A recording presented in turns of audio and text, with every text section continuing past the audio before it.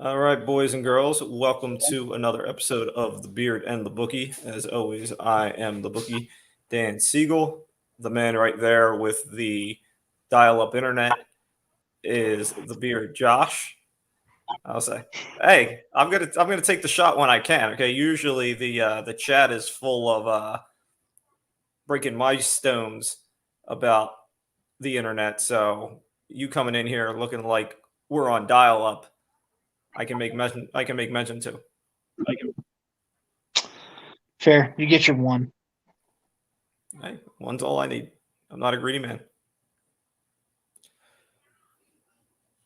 And now look at this. Josh is bouncing in and out. Oh, I just switched over to Wi-Fi. My bad. There he I'm doing this from my phone tonight. oh, So, yeah, little change. The mini beard has been kind of a crier lately. So, mother-in-law's here helping out. Kind of loud down by my office. So, I moved into my living room tonight. Live from there you my go. couch. I was like, at least the Wi-Fi makes you look not on dial-up. So that's a bonus. Yeah, that's good. I'll take it. All right, so we got some things to talk about today. Me and Josh will discuss UFC before the stash shows up because I don't want to make Chico look any lost than he did last week. We'll get into the bloodbath that was the NFL week. We'll talk college football. We'll talk some questionable Josh TV choices, all kinds of things. But I want to give equal opportunity here because you and I have discussed the Ben Simmons situation and how Ben Simmons is an idiot and how he basically wants to do absolutely nothing and still expects to get traded and that somebody would actually want him after he's basically throwing a tantrum and being a baby. However, there hasn't been much talk or media attention to somebody who's essentially doing the same thing while he's actually on the team. So I wanted to bring a little attention to this. Marvin Bagley plays for Sacramento. I made mention to him one time when we were having the Ben Simmons conversation because he was a high draft pick in a draft class in which everybody essentially that was a top 5 pick in that draft class are superstars, Trae Young, Luka Doncic, that draft class. And Bagley has been nothing. And now Monday night, basically Bagley was told he was out of the starting lineup and he wasn't even going to be in the rotation at the start of the season. He asked for a trade. Sacramento hasn't done anything. They've been bringing him off the bench. He's not playing a whole lot of minutes. Whatever. Monday night, Luke Walton, who now coaches Sacramento, kind of motions for Bagley to check in, and Bagley shakes him off. Walton tells him to check in, and Bagley says no and doesn't check in the game. Like, what the hell? This is what I've talked about with the NBA and how the NFL players look at the NBA and the power the NBA players have exhibited and how they're trying to do so a little more now. Like, how in the hell does Marvin Bagley? Okay, we're not talking about Ben Simmons, all right? And as badly as I bust on Ben Simmons is an all-star. All right, wait, I can't take that away from him. Okay, Bagley is nothing. So how in the world does he get away with telling his coach, I'm not playing, while he sits on the bench? If you're Sacramento, all right, if you don't want to trade him, fine. I don't know if you can trade him. I don't know what the demand is. But get him away from the team and then make the decision about whether to release him or if you can move him, because you can't have him there. Yeah, situations like that, like, you don't shake off your coach, and this doesn't help you in trade talks. Like, if you want to get traded, what team is going to want you? And this is the same kind of thing we're seeing with Odell Beckham, which we're going to get to, I'm sure. But, somebody that just continually causes problems, that just brings drama into the team dynamic and dealing with the coaches and other players, like, that's not somebody that you want on your team. And if you're just saying, like, no, I'm going to refuse to play until I get traded, you're going to refuse to play until you get cut. And then you're not going to have a job if you keep this up. So I don't understand this rationale. But, I mean, it's just more NBA player drama that we've come to expect over the last couple of years. I just don't, like, from a Sacramento perspective, like, you're not a contender by any means. You're a young team. You're still trying to build up. You're trying to create a culture there, and yet you're going to have this seemingly cancer continue to disrupt things. Just send him away. conduct detrimental to the team or whatever you want to come up, suspend him, fine him, whatever. Just get him out of there. Like, I don't see what the difficulty is. There's no good thing that comes from having him stay around. No. And, I mean, if I were them, like, you're not going to get much trade capital out of this now. So there's no real benefit on the team to really work hard to try and trade him or to work in a deal. It's more just get rid of this guy. Are you really losing anything by getting rid of him? And are you really going to gain anything by trading him? I mean, it's kind of a lose-lose situation for Sacramento at this point. So maybe just a clean break and cut him is probably for the best.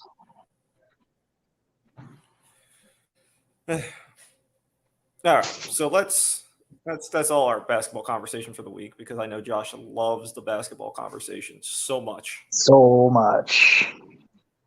You really want to talk Timberwolves? That's what you're really waiting for. Who are they? What team is that? Never heard of them. Yeah.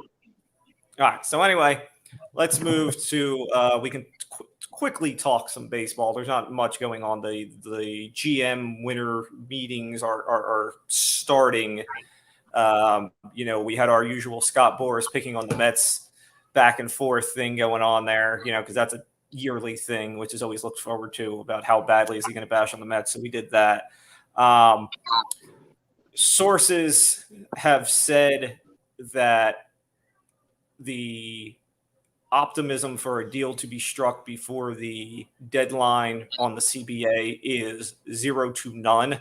And their expectation is not only for a lockout, but for at least 2.5 months of pain. So they have said that this is the worst that they have ever seen the tension between the two sides. So buckle in. Not really a shock, though. I mean, you've been saying that since. No, it wasn't. Not a shock at all. Yeah, not a shock at all. I don't anticipate baseball next year, and that's kind of the way that I'm just going to keep looking at it until more details come out. I'm not even all that interested in free agency because I might have to wait 2 years to watch them play anyway. The way I look at it is, I will see if anybody is itchy enough to sign a deal here in the next month, which I don't expect, but maybe somebody wants to jump out and grab the money while they still can. But once the lockout kicks in, all right, wake me up come mid-March, because that's when things will happen. All right, when we need to get spring training going, and then when the regular season starts to come into focus and becomes a serious, threat of we're going to miss games, that's when they'll start hammering out. And that's also when the players will get pushed to the brink of, how serious do you want to dig in here? Okay, because now do you want to risk missing games and game checks and things like that? Right? Are you that dug in on getting what you want? Or did you hold out for as long as you want and now, throw your morals out the window? Because it's always the same thing when it comes to this. Okay, they can lock out and they can pretend they're dug in, but when it starts to affect the bottom line for players, that's when it's true. That's when things are truly shown, because the owners always have the ultimate power. All right, it's the players who rely on the game checks, not the owners. Yeah, but I mean, like, your top end guys that you're going to need to make deals aren't the ones that are hurting for money right now either. So, I mean, you've got to get your Mike Trouts across the line, your Tatis Juniors, your Vladdy Guerrero Juniors. Like, these are the guys that you have to convince, and then they can kind of go to the other players on their team and get them going as well. Because, I mean, those guys can just sit and wait for the best deal possible for them. I have a feeling there will be some guys out there that'll play the team game and look to get everybody the best deal possible. But I'm anticipating that it's going to be a lot of the more menial players or the menial teams that aren't getting paid a lot are going to hold out a lot longer, and it's going to be hard to bargain until you have some pressure from those guys who don't really care if the season goes or not because they already have enough money. Yeah, I would say the idea that we're going to get Scherzer or Correa or Seager or, somebody that's on the top echelon of the free agency to sign here in this next 3-4 weeks, I find hard to grasp that that'll happen. Two, I guess we'll label them outfielders that aren't free agents, but their deals are coming up here in the near future, and both teams would like to keep them, if at all possible, are Shohei Ohtani and Juan Soto. Agents are saying very different things if you look closely. So Ohtani's agent, remember we had the conversation during the season about Ohtani saying how he wanted to win, and, although we love the Angels, ultimately he wants to win and blah, blah, blah, blah, blah. So his agent said that the star is extremely happy with the team, but failed to say if any extension talks had been had. Ohtani, remember, is a free agent after this year. So take that for what you will. And then Scott Boras, in the midst of all his talking, brought up Juan Soto and said that Soto has a willingness to talk an extension, but wants to know that the team will compete annually. Unlikely. That's not a promise you can make. How are you supposed to sell them on that? Not only that, here's the thing. The Nats have moved off of Bryce Harper. They've moved off of Trey Turner. They've moved off of Max Scherzer. All right, they've moved off of all of this, all of the guys that they would have committed. Scherzer obviously his deal was ending, but they didn't re-up Harper when his deal was done. They moved Turner because they weren't going to sign. Their eyes are completely on re-signing Juan Soto. And while baseball isn't a salary cap sport, at least it's not at the moment. We'll see how the CBA looks. The thing is this, and, it's talked about with the Angels. When you allot, and when Soto looks around and he looks at the Tatis deal and things like that, Soto's going to be looking for $400 million, probably, somewhere in that area. And when you allot that much money to one player, it's how much more can you allot to the other areas of a team? It's the same thing we talk about with quarterbacks in football. That is a salary cap, but same idea, same premise. And if he wants to compete annually, as he's saying, I just find it hard. The Angels have struggled every year with Trout. It's hard to compete year in and year out when so much of your payroll is at one part of your lineup. Yeah, it's tough. I don't know how they're going to swing it. It doesn't make a lot of sense. To me, that just tells me that Soto's not going to re-sign. The long and short of it, he's going to go elsewhere. Where he goes, I think, will depend on how everything else shakes out this year. But based on what you're saying and based on what the Nats have been doing, it doesn't look good that he's going to be returning. So I always have fun looking at the Hall of Fame list when it comes out. And obviously much of the talk this year will be on Bonds and Clemens because I believe it's their last year on the ballot. But I look at the guys that are on the ballot the first time because I'm always curious about if anybody has a shot of actually getting in on the first time, who has a shot of, they could eventually get in, but are they on the periphery of maybe not getting enough votes to stay on, all that stuff. So I just want to talk about a couple of guys that are on for the first time and just quickly talk about if they're even in the discussion for Hall of Fame. So let's start with these two because they're both first basemen.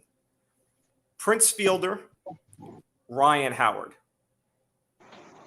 Either of them Hall of Famers to you? Yes.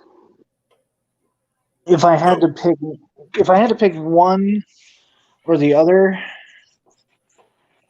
Well, you don't have to pick one or the other. I mean, are you telling me both? Yeah, they could potentially both be Hall of Famers. I don't think they're first ballot Hall of Famers, but I think they both get in. I think it would probably be Prince Fielder first, and then Ryan Howard second. If I had to pick like one of the two that would get in, I'd say that Prince Fielder probably had the better odds, but I could see both of them being Hall of Famers. All right, hold on. I want to bring this up so I don't speak incorrectly. But you are out of your mind. Okay. Prince Fielder is not a Hall of Famer. So let me bring up the numbers here. All right. So for his career, he has a 283 average, 319 home runs, and just over 1,000 RBIs in 1,600 games. Okay, that is not Hall of Fame worthy. All right, only twice in his career did he hit above 300. He had, basically you're looking at his 06 to 2012. If you want to stretch a 2013 season, 06, he hit 28 home runs. Then he busted out for 50, 34, 46, 32, 38, 30, 25 there in 13. Average fluctuated anywhere from his lowest was 261 in 2010. His highest was 313 in 2012. But I mean, that's a 06 to 13. That's a 8-year period. Yeah, 8 years. I was going to say, a guy played 1,600 games. No. Plus, okay, 300 home runs and 1,000 RBIs. That's not exactly knocking on the Hall of Fame we were to begin with. And then you want to factor in his defense? The guy couldn't move.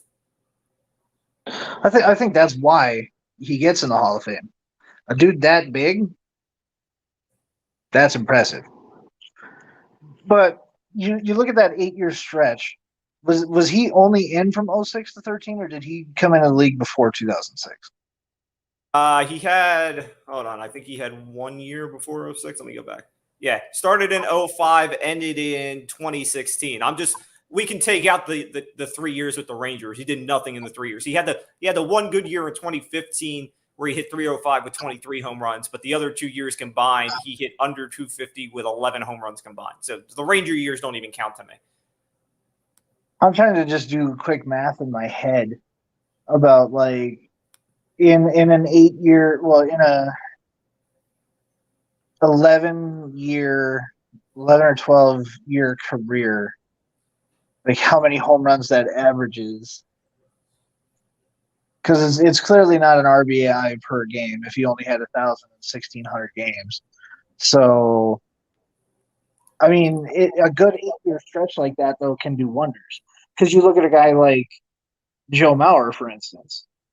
Joe Mauer, to me, is a Hall of Famer. Joe Mauer only had probably 4 or 5, like, really, really good seasons, though. But because he was a 2-time batting champion, like, the first catcher to do it since... I was going to say, Joe Mauer played catcher, which is a much different thing than first base, yes. Okay. So as far as Fielder accolades, he was a 6-time All-Star. He won the Home Run Derby twice. That doesn't really mean anything. 3-time Silver Slugger and an All-Star MVP. So basically you're looking at 3-time Silver Slugger, 6-time All-Star. Again, fringe. So now we go to Ryan Howard. Howard, obviously the batting average was never good. The career batting average is, let me find it, 258. 382 home runs, just shy of 1,200 RBI. But here's where Howard beats out Fielder. Howard was Rookie of the Year. He was an MVP, 3-time All-Star. Obviously, he's a World Series champion. He was a Silver Slugger, and he was the MVP of the NLCS. So not only did he do it in the regular season, but he did it in the postseason as well. And just looking at his numbers here. Okay, so he hit 22 home runs in 05 when he was rookie of the year. Then he proceeded to go home run wise 58, 47, 48, 45, 30. He had a pretty severe drop off though at the end too, didn't he? Run compared to what's that? So he had a pretty big drop off at the end of his career too, didn't he? Like home run Yeah, wise. when Howard dipped. Prince basically got hurt and was gone. Right. You know, Prince didn't have the steady decline. Prince got hurt and was out. So that's basically the difference between those two. I'm trying to think if Prince Fielder ever actually made the playoffs with the team either. I'm pretty sure he got in with. I'm pretty sure him and the Brewers were in. Maybe like 1 year. I don't know that he had a ton of run.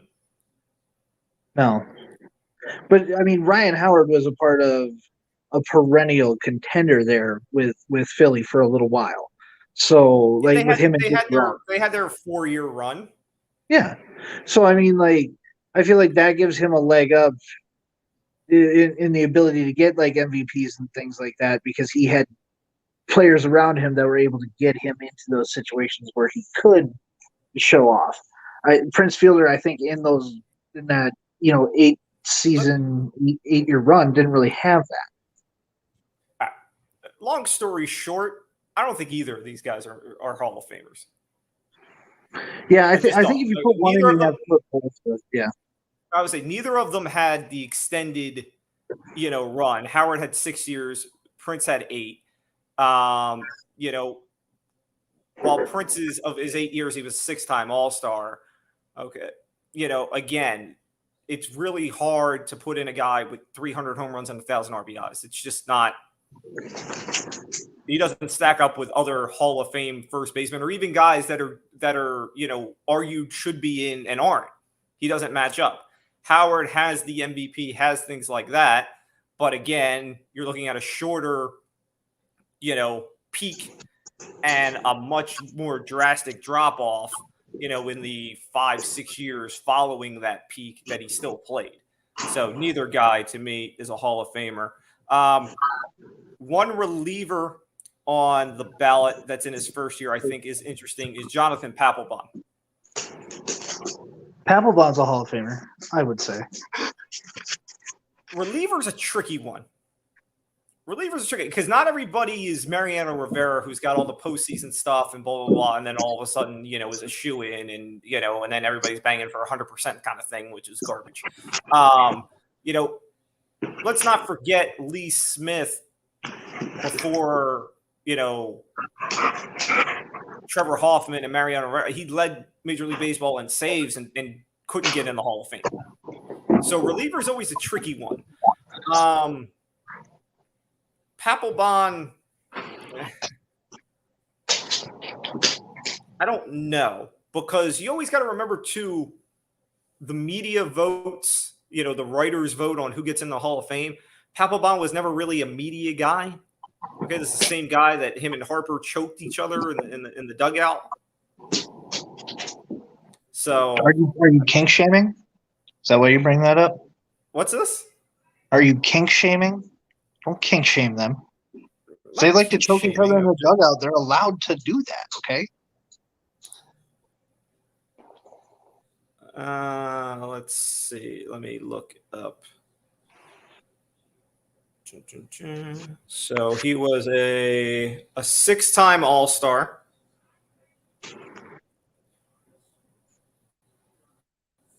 Let's see here. So from 06 to 14, he only had 1 year in which he didn't get 30 saves. He goes, starting in 06, he goes 35, 37, 41, 38, 37, 31, 38, 29, 39. And then the following 4 seasons, he didn't do a whole lot. ERA was usually in the mid twos. Sometimes we get up as high as 3. At the one real bad year ERA-wise in 2010 where he was 3.9. But, I mean, career-wise, a 2.44 ERA, 368 saves. It's fringe. I suppose it is fringe, but like when you're looking at him by position and what he's been able to do and accomplish, like I feel like he's a Hall of Fame level closer. And even though closers that don't get a lot of love, like you said, he's not a Mariano Rivera. He's still, as far as his position goes, has earned it. I think he's good enough to get in based on where he played and his stats. It's enough. A guy that won't get in, I'm not even sure he'll get enough votes to stay on past the first ballot, but a guy that's always interesting to me just because the peak he had and then how quickly he was gone is Tim Lincecum. Remember man. Tim Lincecum was, the ace of the dynasty of the Giants. Lincecum, 4 straight years in which he was a all-star. The first 2 years, he won back-to-back Cy Youngs. Then he finished in the top 10 the following 2 years of that Cy Young. So that 4-year period, he was dominant. That 4-year period we're talking about from 2008 to 2011, he went 18-5, won the first Cy Young, went 15-7 the following year, won the second Cy Young, then followed up going 16-10, and then the last year 13-14. But his ERAs in those 4 years, 2.62, 2.48, 3.43, 2.74. Yeah, no. Tim Lincecum had that. And more importantly, okay, when we look at pitchers now that come out after 5 innings, all right, look at the 4 years inning count for Lincecum: 227, 225 and a third, 212 and a third, and 217. It's not really that high. It is compared to today. Well, compared to today, yeah. I mean, we're talking about a decade ago. A decade ago. We're not talking about 30 years ago. We're talking about 10 years. Yeah, but even like Clayton Kershaw was throwing 300 plus innings when he first started out. So like, even though he had that great stretch, like he's not doing that much. He got the media attention, so like the media might keep him around voting wise. I don't think he gets in, but he did have that. He's not going to get in. I would say he wasn't. I would say the injury, injury, or I would say all that, just not enough. All right, so let's get to 3 guys that have the name, have the resume, and then it's just a question of getting in. First, somebody who's got nothing linked to them, just a resume, which is Jimmy Rollins. I think Jimmy Rollins, not a first ballot, I think he gets in. He's got the MVP. He's got the MVP, and when you stack him up with shortstops and everything else, I think Rollins gets in. I'm not, and I hate Jimmy Rollins with a passion, but I think he gets in. Yeah, I would agree. Definitely now not a first ballot. Maybe second or third. Now we get to the 2 big names that do have things attached. David Ortiz and Alex Rodriguez. David Ortiz gets in for sure. Do you think Ortiz gets in first ballot? Yeah. If he doesn't, it's a travesty. I wonder if there isn't some lingering PED doubt with Ortiz. Never proven. Never once popped hot. We could say that for 800 people that technically never popped hot. Yeah, but you look at like Manny got caught. So like if Manny gets caught, immediately you're going to assume that David's going to do it too. David never really like. I mean, Bonds never popped hot. That was earlier though. Like Bonds was out before Ortiz was good, but Ortiz with his prolonged performance was completely different. Like you saw with Manny and guys like Barry Bonds and Mark McGwire had these meteoric rises, and they flamed out just as fast as they came up. Kind of like Barry Bonds, I mean, had the most successful home run hitting career of all time. He also did steroids for like 15 years though to get it. Like David Ortiz, you could see that he always had the power there. It was just tweaks in his game that got him to be that much better. And you never saw really any physical changes in him. You never really saw anything like demeanor wise. You could see the changes in the way that he played the game and the way that he hit the ball and everything. You could see those changes, but you never saw anything that led you to believe that steroids had anything in it. Like Manny Ramirez, you could pretty clearly tell when he was on and when he was off.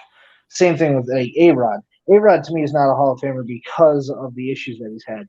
He's probably going to get in, but well, I'll get to A-Rod in a second. Let me put it this way. I think Ortiz will get in. I don't think he'll get in first ballot. I think there will be enough people, A, suspicion, B, pure DH still bothers people. So I don't know that he necessarily gets in first ballot. I think he'll eventually get in. I just think there's too much, it's hard to, if you're one of these people where the Hall of Fame tells the story of baseball, it's hard to tell the story of baseball without David Ortiz and everything that he did in the postseason and whatnot with Boston. So there's that.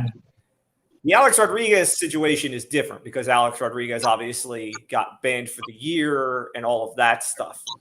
Alex Rodriguez, I think, is tied to what happens with Bonds and Clemens. Bonds and Clemens are essentially the gatekeepers for these guys. Bonds and Clemens have crept and crept and crept toward that 80% that they need. They're hovering, I think last year they hovered around 70. So there's still a little bit of a gap. But as we've mentioned, as far as guys on the ballot for the first time, this isn't exactly a strong class. So guys who maybe didn't throw them votes because they wanted to get guys who they thought were more deserving on that were coming on. This year they don't have that many. So if Clemens and Bonds or one or the other bust through and open that gate, I think then you would find a much more forgiving path for A-Rod. I mean, because think about it. Whereas Bonds and Clemens have essentially been shunned from baseball, A-Rod's been forgiven. Well, forgiven to an extent. He's kind of like getting that Pete Rose treatment, kind of. Like he's the 21st century Pete Rose almost. Where like he didn't get banned, and everybody knows that he cheated, and no one respects the fact that he cheated. But the networks and Major League Baseball are going to continue to use him for his clout and his influence and his money. So it kind of feels very much on that line. If he's getting the Pete Rose treatment, then people would be banging the door for A-Rod to get in because every year I got to hear how Pete Rose should be in. Well, that was like, 30, 40 years ago, though. No, that's still today. Yeah, no, but I'm saying like when his incident took place. Ah, okay. Yeah. So you're talking a completely like our generation will be like, let Pete Rose in. But a lot of the generation before us and the generation before them didn't care, didn't like Pete Rose, didn't want Pete Rose in because of what happened. Our generation is going to look at A-Rod and be like, no, fuck him, he cheated. He doesn't deserve to be in there for X, Y, and Z. The generations following us, though, might be like, let the guy in, for God's sakes. Like, so it's hard to say what will happen down the line, but I put him in that same league just based on the way that he gets all the exposure and everything still. He has more exposure and more clout than any of these, than the Clemens. I mean, Roger Clemens had, his broadcast stuff for a while before he said some things. Same thing with like Curt Schilling and those guys too. Well, so, but you don't see anybody on A-Rod's level other than Pete Rose. Curt Schilling's a guy that if he kept his mouth shut would be in the Hall of Fame already. Absolutely. He's never getting in now. Okay. And quickly going back to your David Ortiz, Manny Ramirez thing, I would put, if we're just looking at baseball itself, take everything else aside, I'd put Manny Ramirez in the Hall of Fame way before I put David Ortiz. Manny Ramirez, okay, again, putting everything else aside, Manny Ramirez is one of the best pure hitters of our generation, plain and simple. Yeah, I'll give you that. Manny Ramirez was doing things that you just didn't see before he ever got to Boston.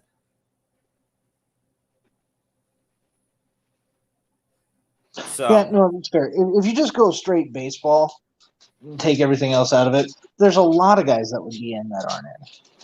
So, yeah, I could definitely see it. I see your point there.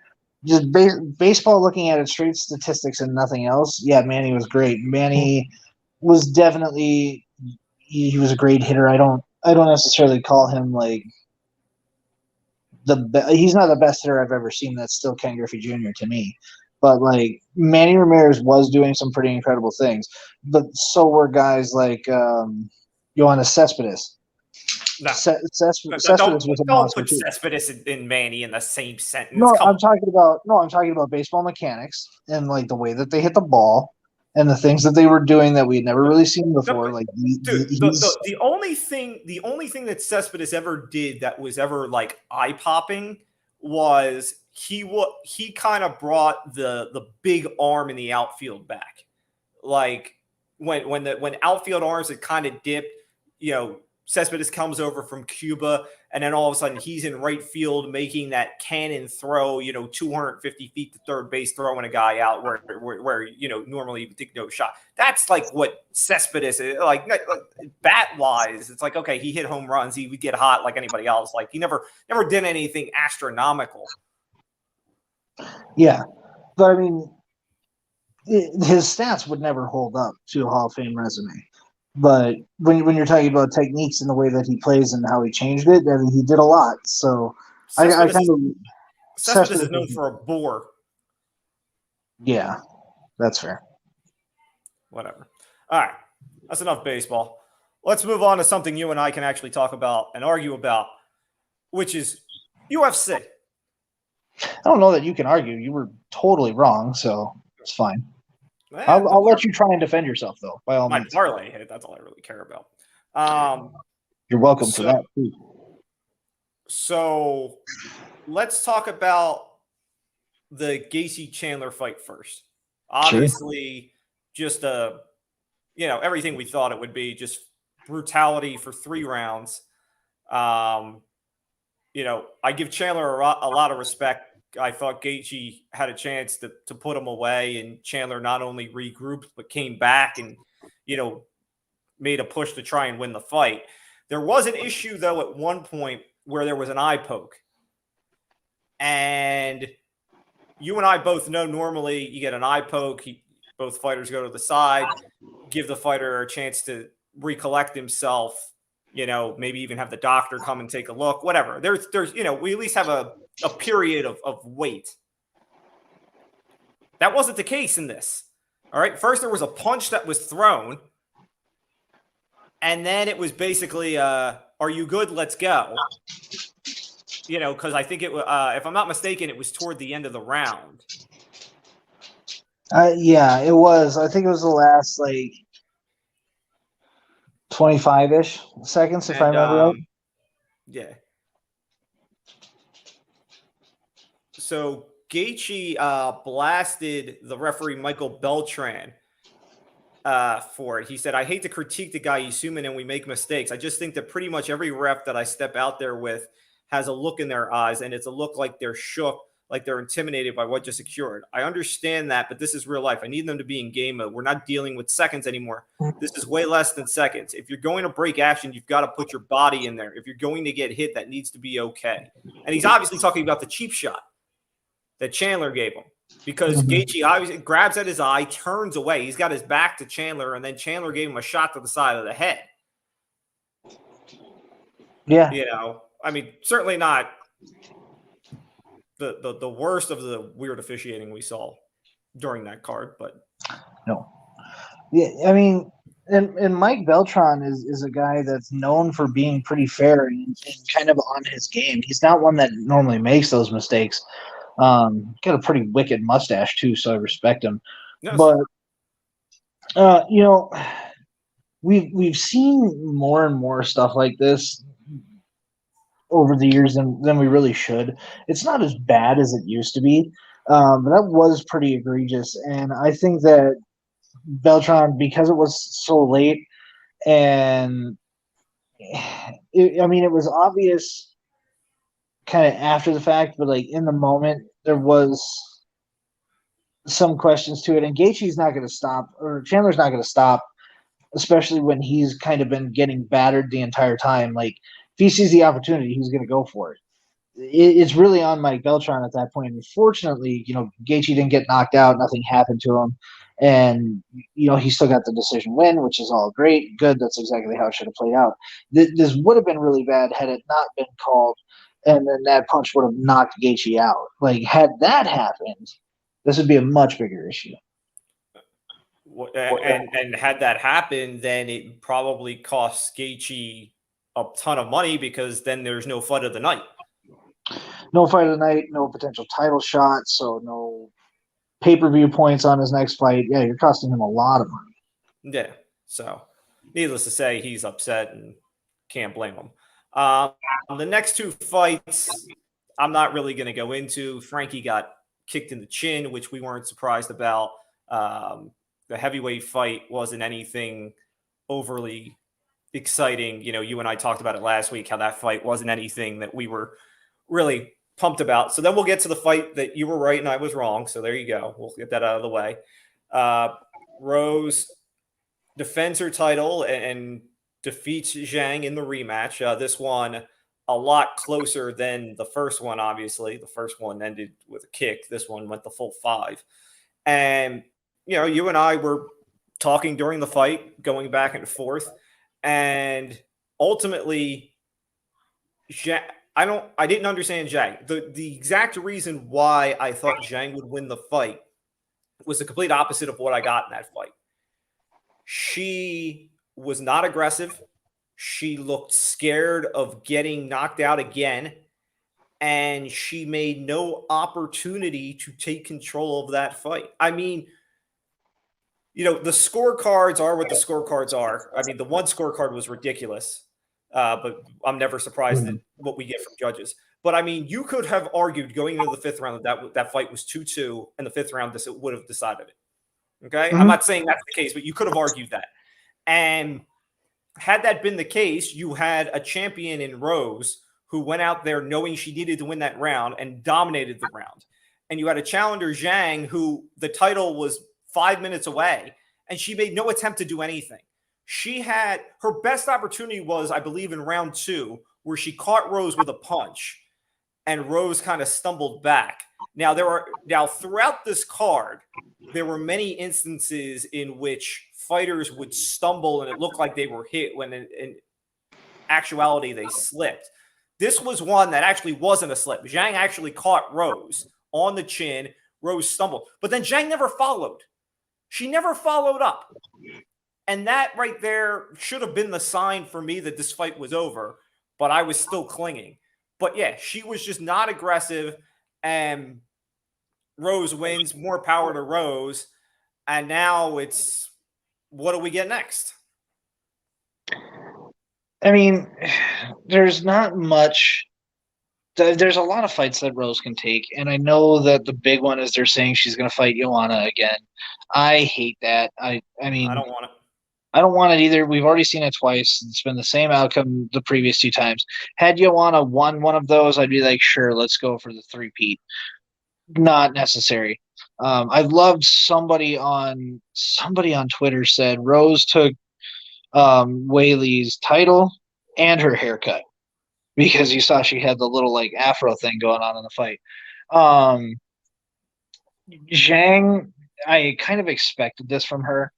When she came out and said that she was affected by the boos from the crowd in the first fight, that told me everything that I needed to know. And she didn't come out like with a killer instinct the entire time. She was trying to do enough just to get by and steal rounds because she was getting dominated on her feet when we talked about this.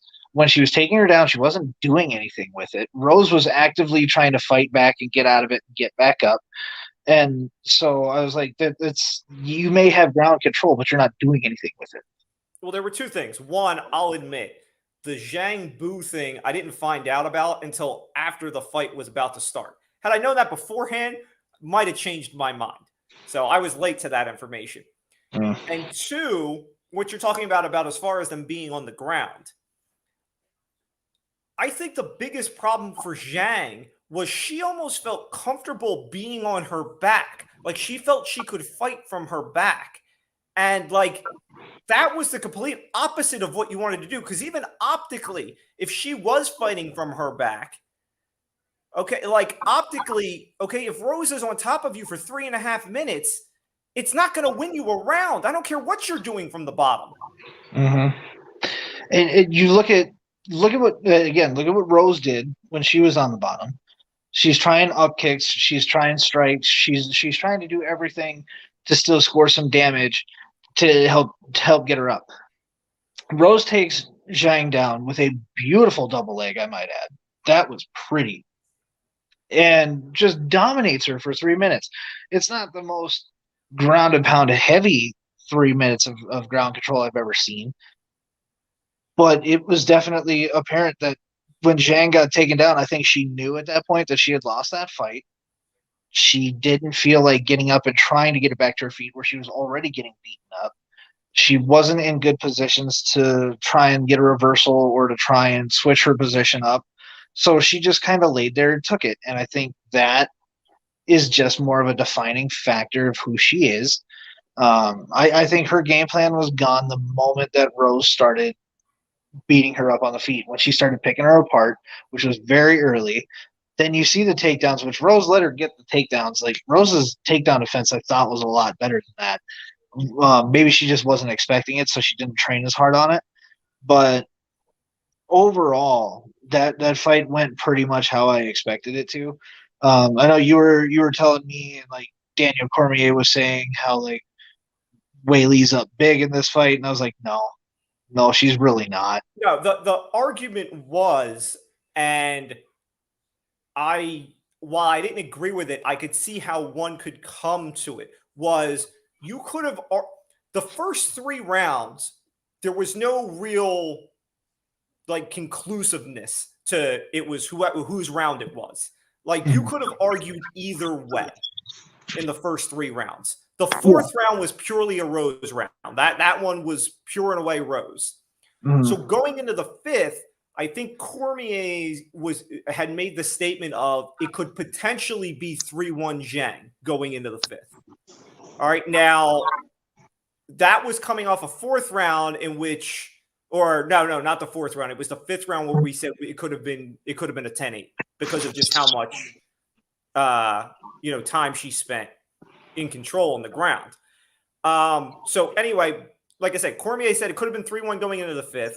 And while I wasn't in firm agreement, I could see why he was making the argument. And there was a group of people beyond Cormier that were in agreement that going into the 5th round, it should have been 3-1 Zhang. I mean, at the end of the day, okay, and while I don't want them to go down this road, it is possible that they could just based off of how this is. Let's chuck the one judge out of here because that 3rd judge and his scorecard was atrocious. Okay, like Rose won the fight. I'm not going to argue that she won the fight, but how you came up with that score is beyond me. All right, so let's throw that one out. So if you throw that out, we've got a split decision. So why I don't want to see it, and I'm not sure that even Dana has the stomach for it, you could get the narrative of a trilogy. I mean, you're talking narrative of a trilogy along the same lines as Valentina and Amanda Nunes. Amanda Nunes has won both by split decision. And yet here we are, and yet we just had the conversation about that fight potentially happening. Right. So But here's the thing. The only reason we're talking about that fight potentially happening is because Valentina's at 125 and she's a champion there. That's the only reason we're having that conversation. So maybe Wei Li, if she kind of runs through everybody else in that division, Wei Li should she, fight Joanna. again, All right, like, here's why I say she should fight Joanna. Because you and I agree that the next probable fight for Rose is Rose and Joanna, which we don't want to say. right. I am of the belief, and I'm not making the comparison that Jay Lee was at this level, but just as far as the fall, I'll make this comparison. I think Jay Lee is on the Ronda Rousey track now. I feel like the ego got cracked, and it's just going to keep. It's a free fall now. Like she got caught. She got caught the first time. Okay, much like Ronda got caught the first time. So it's now let's have the rematch. Now let me do what I'm supposed to do and let me regain the ego. And now she's lost again. All right, and she lost, I won't say convincingly, but there wasn't a whole lot of positive for Zhang that I can point to in that fight. So she's got to go show against somebody that she's still, this woman that ran through, 23 fights before she got caught. And I just have the feeling that it's Ronda Rousey all over again, where the slope is just straight down from here. I mean, yeah, 23 fights, but we're almost making a Khabib style argument at that point. Because, I mean, Khabib had 17 straight victories against no names when he came in. So everybody questioned his credibility. Khabib, though, obviously never got caught, never got beat. Wei Li on a Ronda Rousey track, maybe. Zhang actually does have some good stand-up skills, though. I mean, Ronda, we said forever, was like, Dana, everybody, Mike Tyson even was like, oh, she's got, really good stand-up. She's got good boxing. And then you see her face Holly Holm, a 14-time kickboxing champion who just walked right through that, and then Amanda Nunes who walked right through her stand-up. The difference is Ronda Rousey never got back to her bread and butter. She never got back to the ground game, and we didn't see her try to do anything on the ground in her previous fights. What we saw from Zhang was she's still trying to do her thing, and she has the hunger at least to win and to make adjustments to try to win. So, I mean, I don't necessarily put her on a Ronda Rousey track. I kind of put her more on like maybe a Miesha Tate type track, where Miesha Tate just, she had her victory. She had the title for a while. She was a good fighter who could get wins here and there, and she could sneak in big victories when she had the chance, but wasn't anything overly special. That's kind of what I'm looking at for Wei Li, unless she decides to move up to 125 and try for somebody like Valentina. That would be interesting to me, but I got to see her do a couple fights first. The only thing I'll say when you compare her to Miesha is, if Miesha goes on the slope and falls down, she could fall back on an OnlyFans account. That's not a possibility for Zhang Li. You don't know that. They might have it in China. Just she may not be big in America for that, but she could be big in China for that. We don't know. Okay. Okay. I stand corrected. Again, you lose again. All right. So anyway, let's get to the main event. Usman and Covington. Listen, you and me both loved Usman in this fight. But I think we both would have liked to see Covington get his head knocked off, which he essentially did. But I will give Covington, I gave Chandler credit for what he did against Gaethje. I'll give Covington 10 times more credit, because Usman had him dead to rights in round 2. Yeah. Okay. And not only did Covington get up, but Covington was the better fighter in 4 and 5. Mm-hmm. Like, there was a moment there where Usman's chin got tested, where Covington all of a sudden was coming hard and landing, and it was If he catches Usman with one, all of a sudden this gets real interesting. So I give Covington all the credit in the world for coming and not only coming back, but coming strong in 4 and 5. Usman won the fight without question. That was never in doubt. But as much as I hate the guy, props to Covington for what he did. And now, before we talk about what's next for Usman, because a lot has happened here in the last 6 hours that relates to Kamara Usman, your thoughts on the fight? No, I thought it was another good fight. It kind of went exactly how I thought it was going to go. Usman, I wanted to see him knock Covington out. I wanted to see him actually show a little bit more of that knockout power that he had against Masvidal. Like to have back-to-back knockouts against the two biggest shit talkers in that division would have been huge for him. Dana White said, and I don't necessarily disagree, but I don't fully agree, said that Usman's probably the greatest, welterweight fighter of all time. I don't agree. I still think it's GSP, but looking at the progression, looking at what he's doing, it's hard for anybody to beat him right now. There are some up-and-comers, which I know is one of our topics tonight. We're going to talk about this with the Leon Edwards situation. But watching him fight, I didn't see anything that I haven't seen before. So I was a little bit let down there. It looked like he's kind of just comfortable with where he's at. Didn't see him try anything new. He wasn't really taking any risks. When he had Covington hurt in that second round, he could have gone in for a finish, didn't do it, and then allowing Covington to come back in 4 and 5 was a bit of a shock. I feel like Covington, that was a bigger staple for Covington at that point, and kind of made me raise a couple flags about Usman, because it's like, dude, I get that you won the first 3 rounds pretty handily, but like, you don't just let him come back in 4 and 5. Like, even if you know you have the fight in and he's not going to hurt you, you still should go out there and just continue to dominate, not leave any doubt, because Covington did exactly what I knew Covington would do and said, no, I won that fight. Look at how I beat him those last 2 rounds. Like, yeah, good for you, but at the same time, no. You know better. I was gonna say, I mean, despite everything Covington did, there's no, whereas the door is slightly ajar for you to argue the Rose decision. It's not ajar at all for the Usman fight. That was clear cut. There's no debate. But now it's what comes next for Usman, which we thought was potentially set up and now is beginning to unravel. And I like the potential road ahead, because Jorge Masvidal has pulled out of the fight in UFC 269 against Leon Edwards.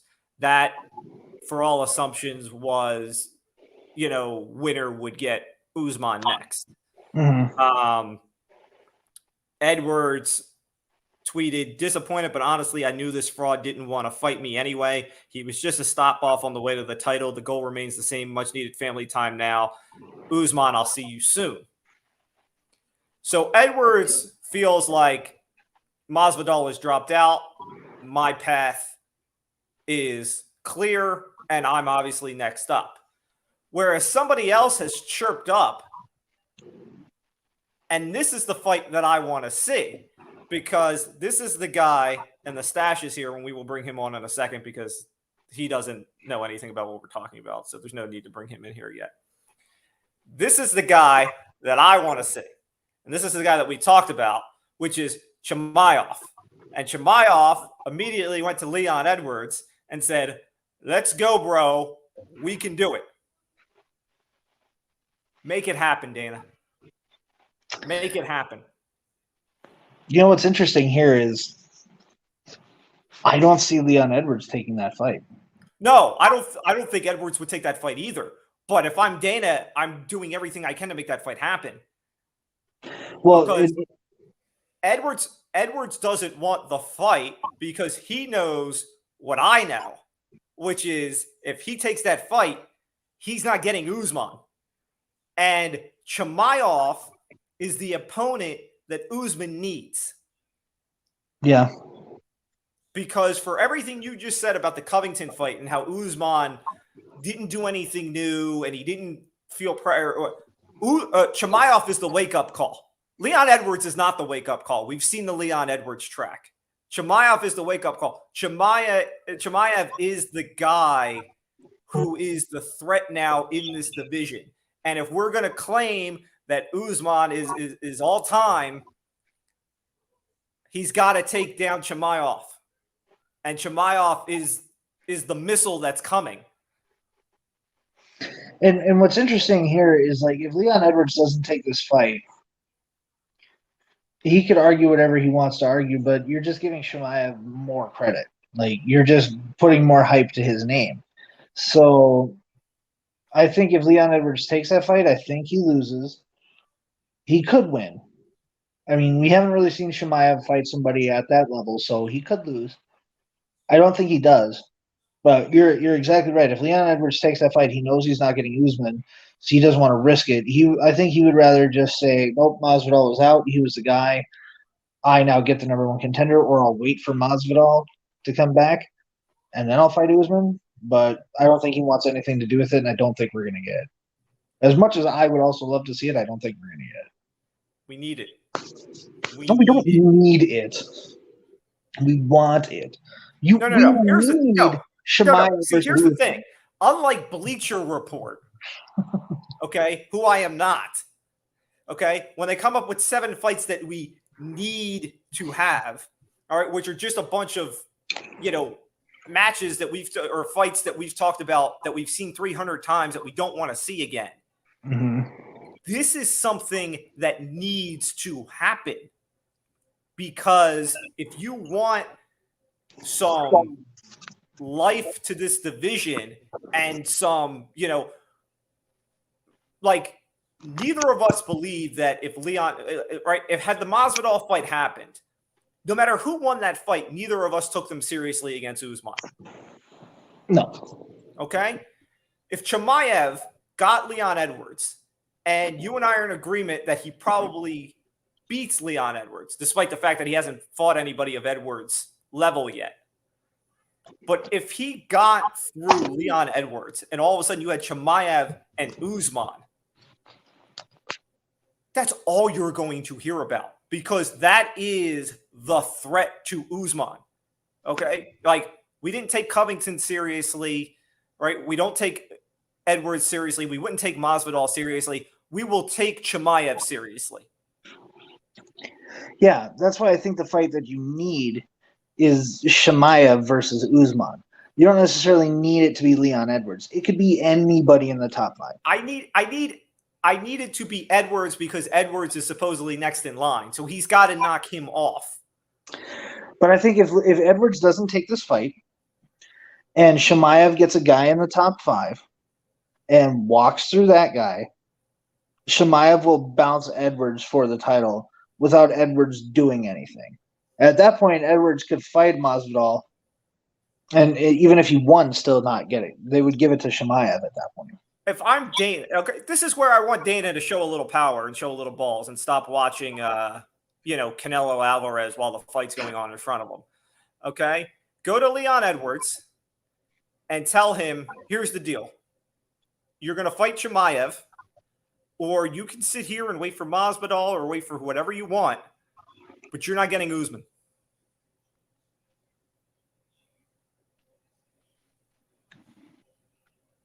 I like it. That's a good strategy. Pull the power play. You run the shit. You're the matchmaker. Pull the power play. Yeah. No, I like it. I don't hate it. By the way, shout out to whichever reporter asked Dana White if he paid for the Canelo fight. That was gold. I love that so much. By the way, did you see Cyril Gane upset that Francis Ngannou snubbed him? First of all, his name is Cyril Gane, not Cyril Gane. The fuck is that? And he's mad because he's mad because the champ snubbed him. Yeah. Okay. Apparently, they walked by each other and there was no communication. If I'm about to fight you for the title that I already have, I don't want to acknowledge you either. So, oh my goodness, look at that. There he is. Hey, buddy. Howdy. I was gonna say. So how has the Louisiana Monroes and Old Dominions of the world been treating you? Not good. But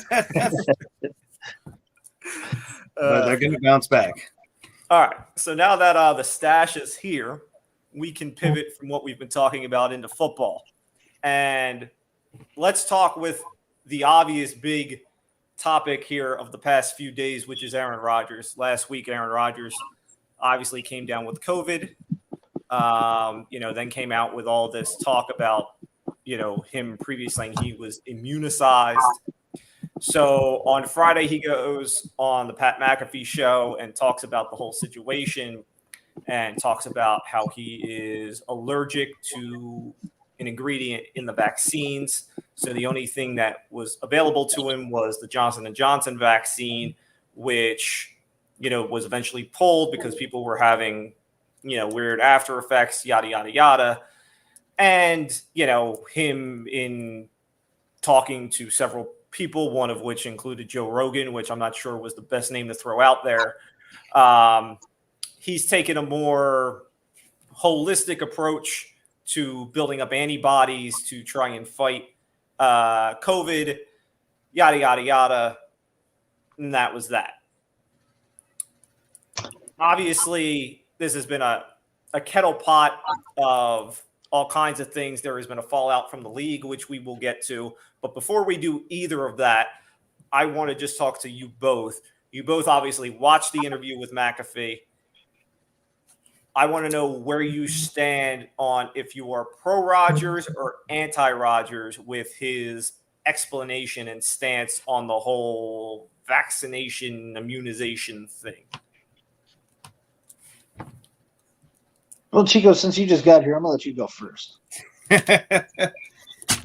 I'm pro Rodgers on the whole situation. I mean, if I was allergic to anything inside those shots that were given out, I would definitely not want to take it. And from the beginning, the Johnson & Johnson one is, I've heard nothing but not terrible things, but they just weren't effective, or people were getting sick off of it. But yeah, I would say I have to agree with Rodgers on it. I don't fault him for it. People are trying to throw him under the bus and say he's a terrible person, but at the end of the day, you got to look out for yourself, and that's what he was doing. Chico, do you feel he misled people? Yes and no. I mean, I guess no one ever asked a follow-up question to him, as he said in most interviews when they asked him, and he said he was immunized or whatever. Immunized? Yeah. Immunized. There you go. Immunized. Whatever. I can't pronounce UFC fighters. You can't say immunized.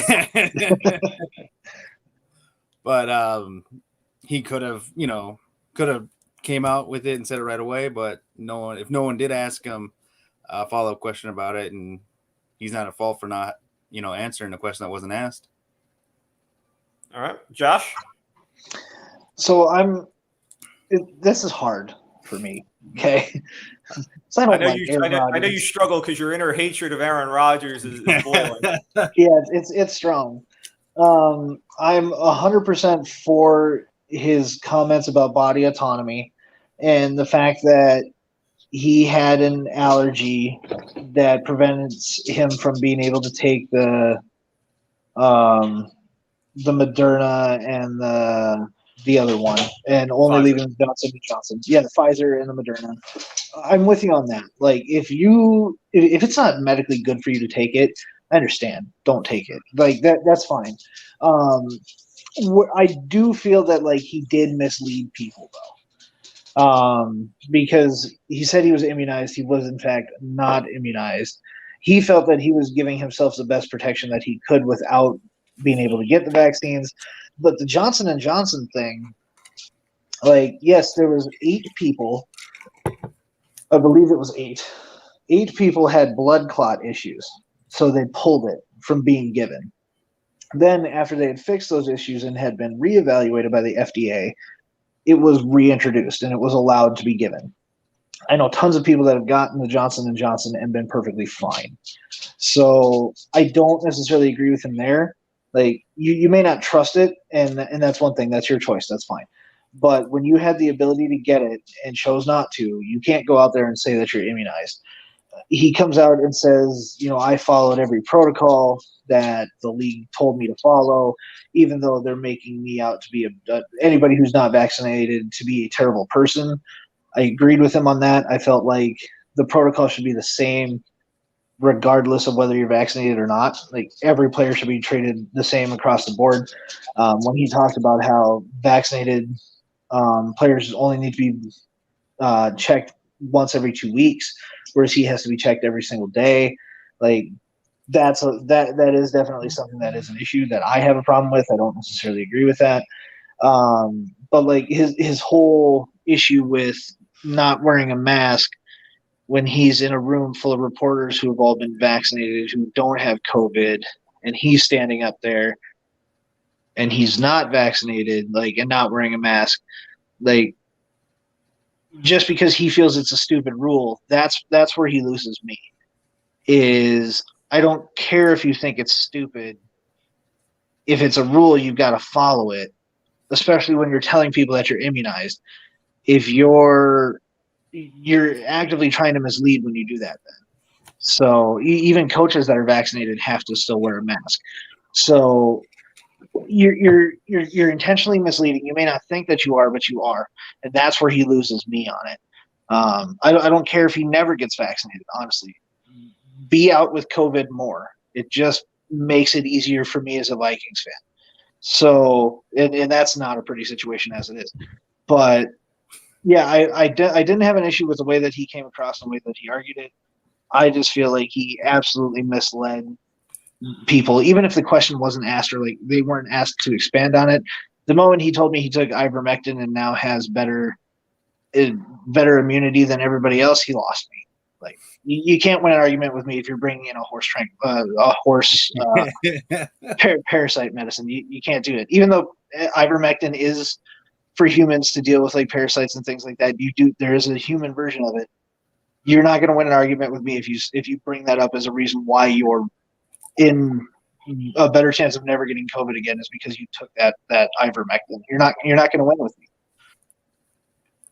Okay, so my follow-up then to you, Josh, is do you buy at all Rodgers' counter to the Johnson & Johnson situation as there was no he had a concern and there was no research suggesting either way about any side effects to fertility?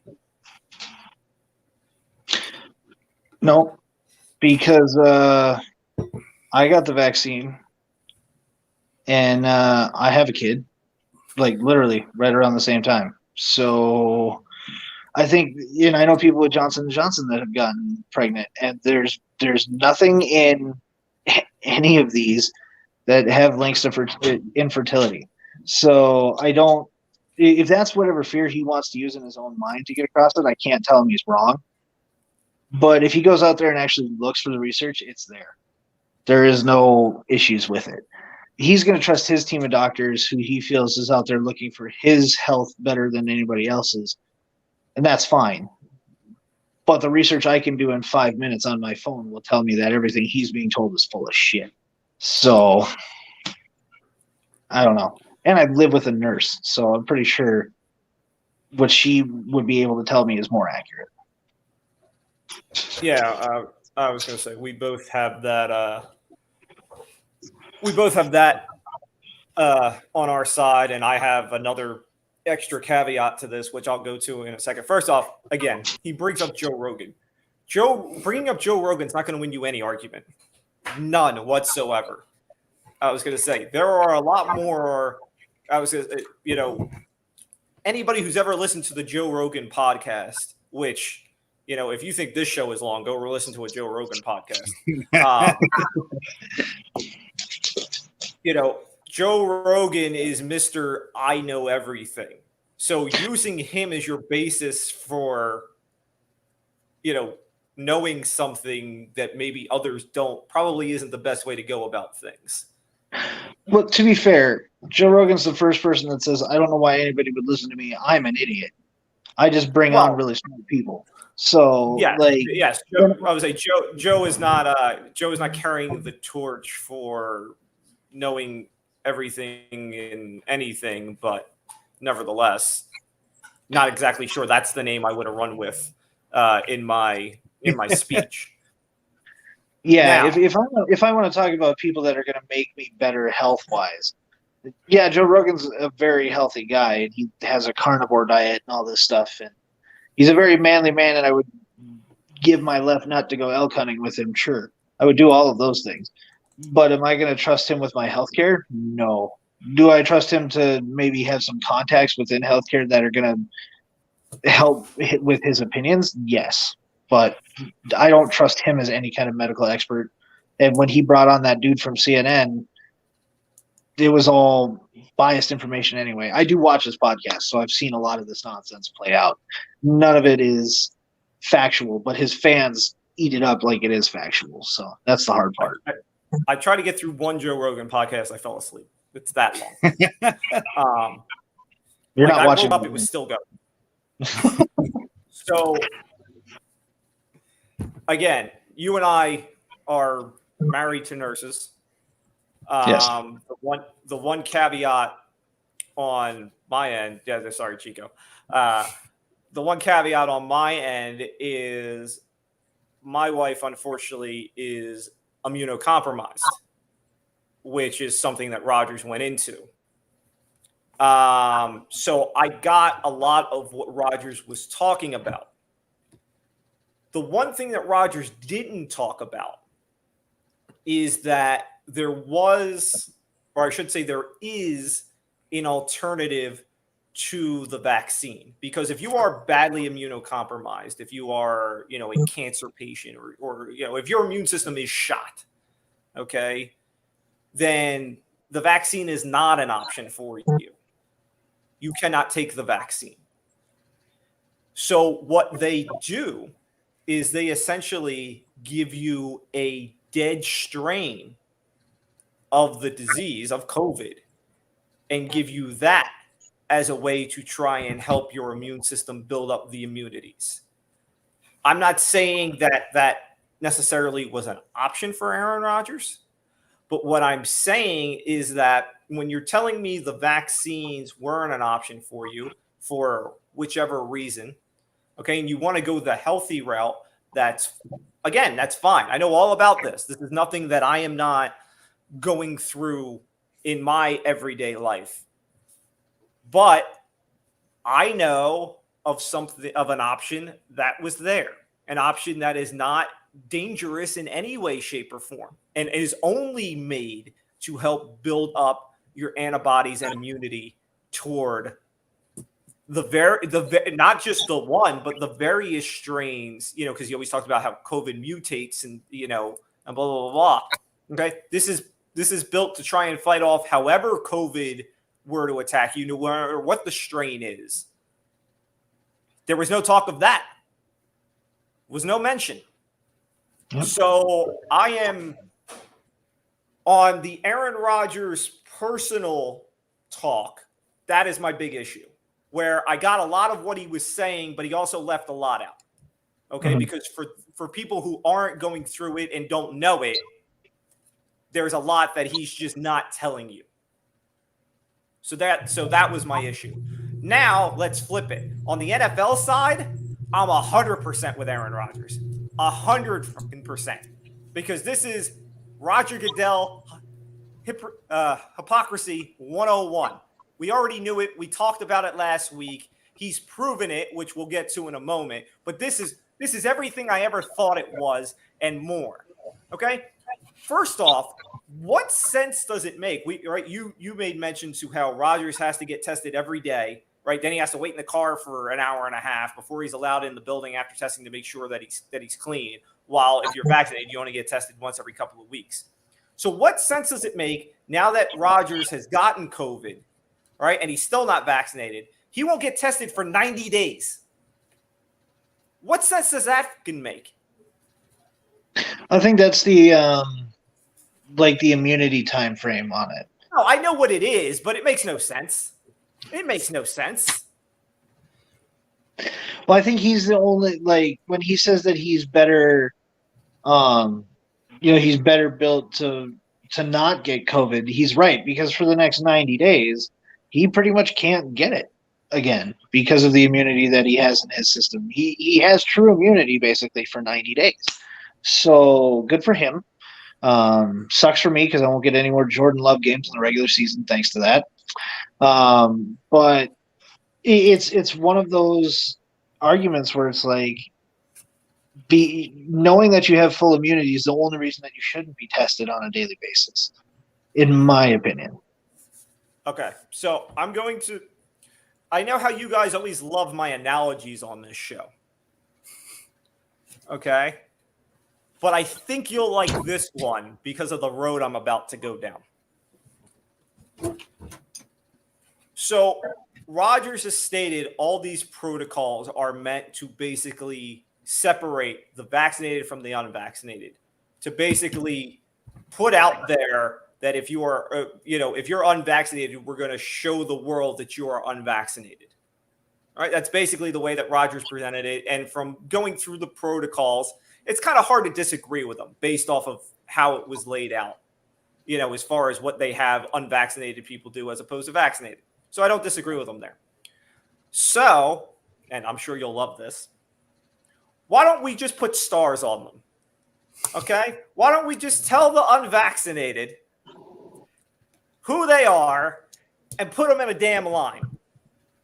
Can I give them a tattoo on their forearm? Sure. We'll number them and everything.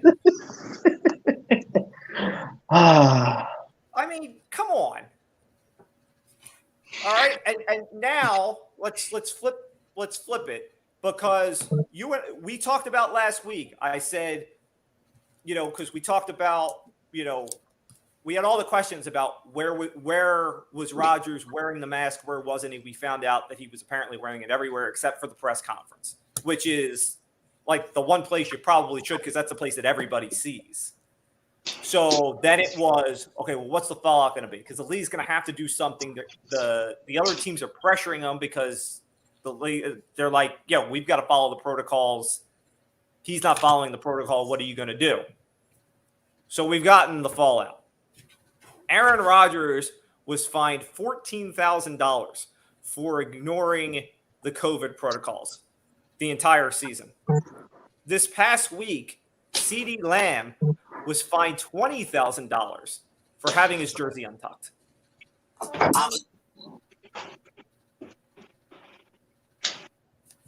Wait, $20,000 for having his jersey untucked? Yes, you have to. One of the league rules is you have to have your jersey tucked. Okay.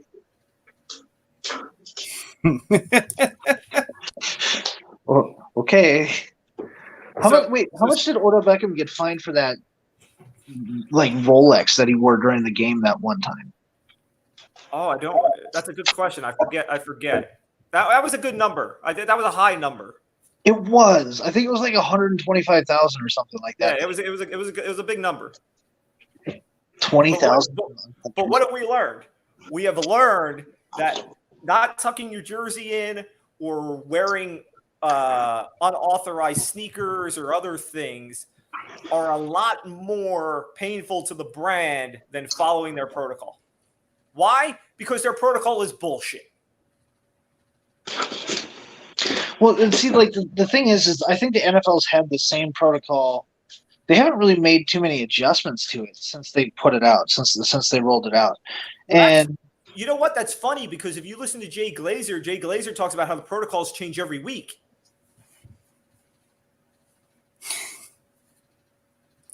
So I mean, it's Jay Glazer, though. I put him on Adam Schefter level when it comes to spewing bullshit. Rogan level? Not quite Rogan level. I don't think. Jay Glazer is the GOAT. Okay, that man's amazing. That what exactly? Being short, bald, and round. All right, yeah, no, he's the GOAT at that.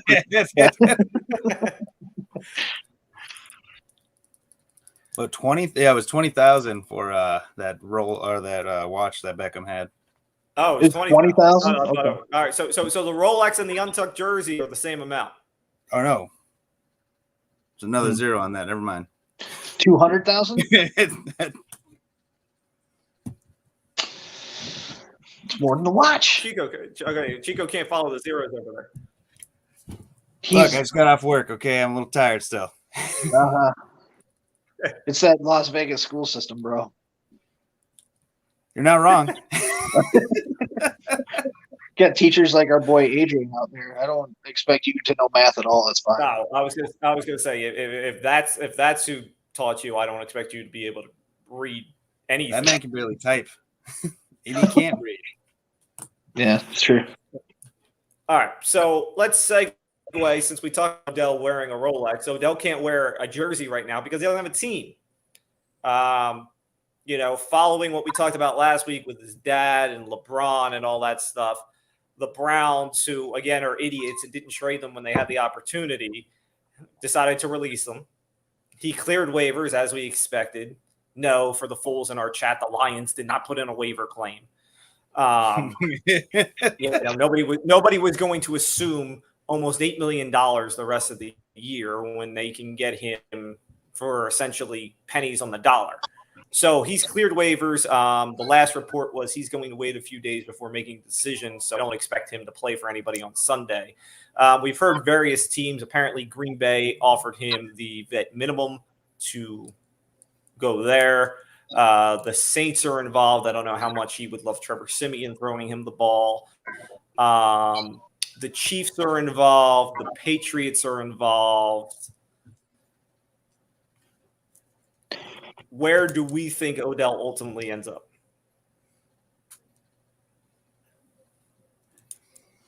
I still think it'll be the Packers. If he's looking for a contender, gets to play opposite of Adams. You got Cobb right there in the slot, and it just to me, and it opens up the run game for him. If not the Seahawks, I don't see him going to the Saints. I mean, I believe he's from Louisiana, played his college ball at LSU, but you want Simeon or Taysom Hill throwing you the ball? I mean, you're good. Oh, yeah, that's right. I good point, Chico. I left out the Seahawks. The Seahawks are involved, obviously, because that would be a homecoming of sorts for him. Devontae Adams on the recruiting trail in response to Odell's one catch for 6 yards. He says, I guarantee you'll get more than that here.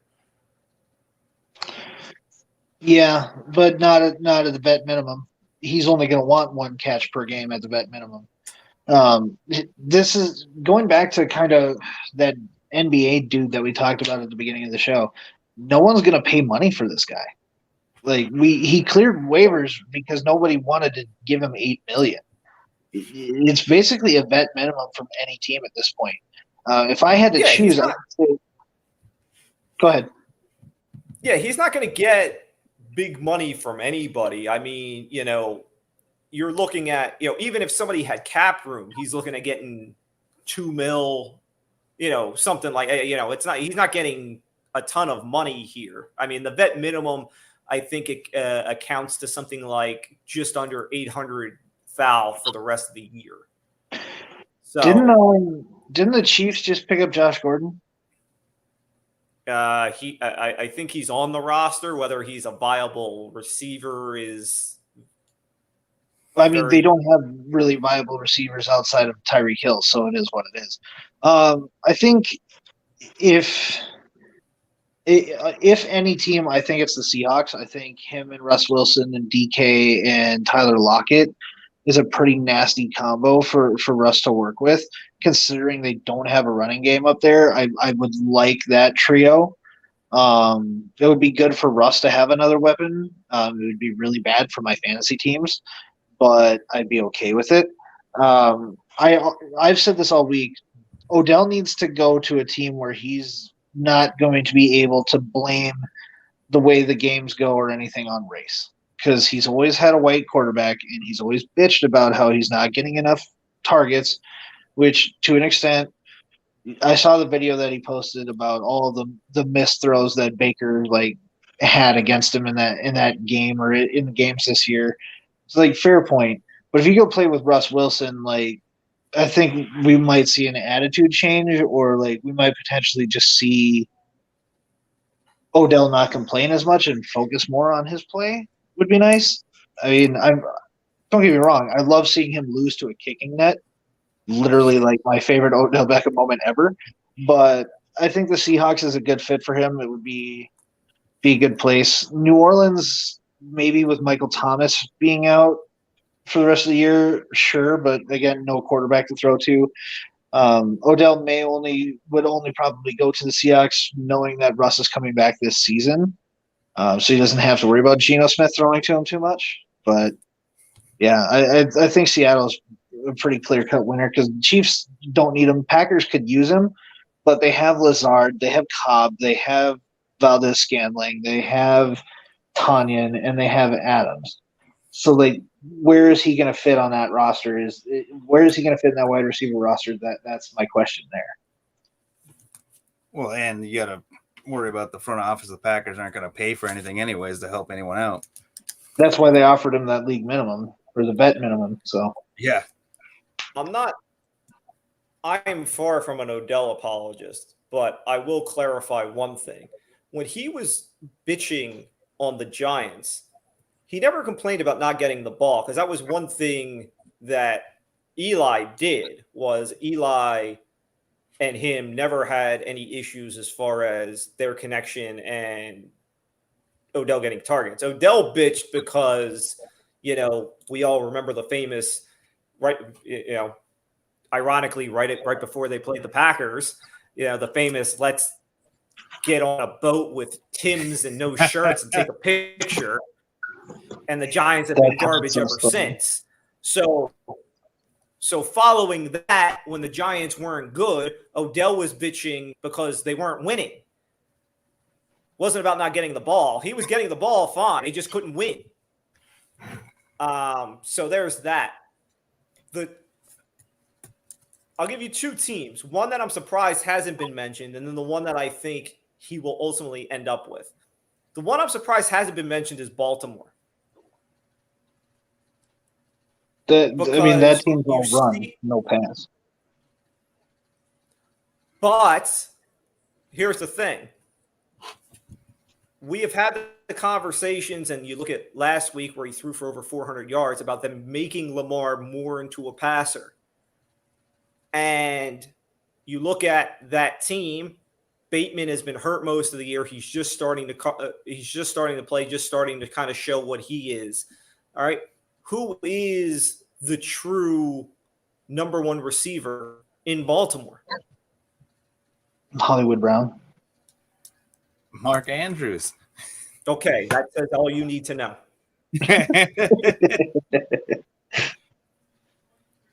Brown's good, but he's not number one. I think if you're really focused on making Lamar a quarterback, a la a passer, all right. While you have a lot of possession guys and nice receivers, get him a real target. Get him a guy that if you need a catch, if a play is breaking down, that he can throw to without any concern. Because at the end of the day, as much as we can poke holes in him and his attitude and whatnot, ultimately that's what OBJ is. That's the throw up and go get it guy. That's what he's always been. And he can still do that. So I'm kind of surprised we haven't heard Baltimore. There's supposedly a mystery team. Maybe that's where Baltimore comes into play. But I don't know. Here I ultimately think it ends up. Bill Belichick gets himself a Randy Moss 2.0. Because I think Belichick looks at this as I can get him cheap for this year, right? We can show him how this works. I can sign him up after the year. And then, he looks at this as the Brady Moss connection again.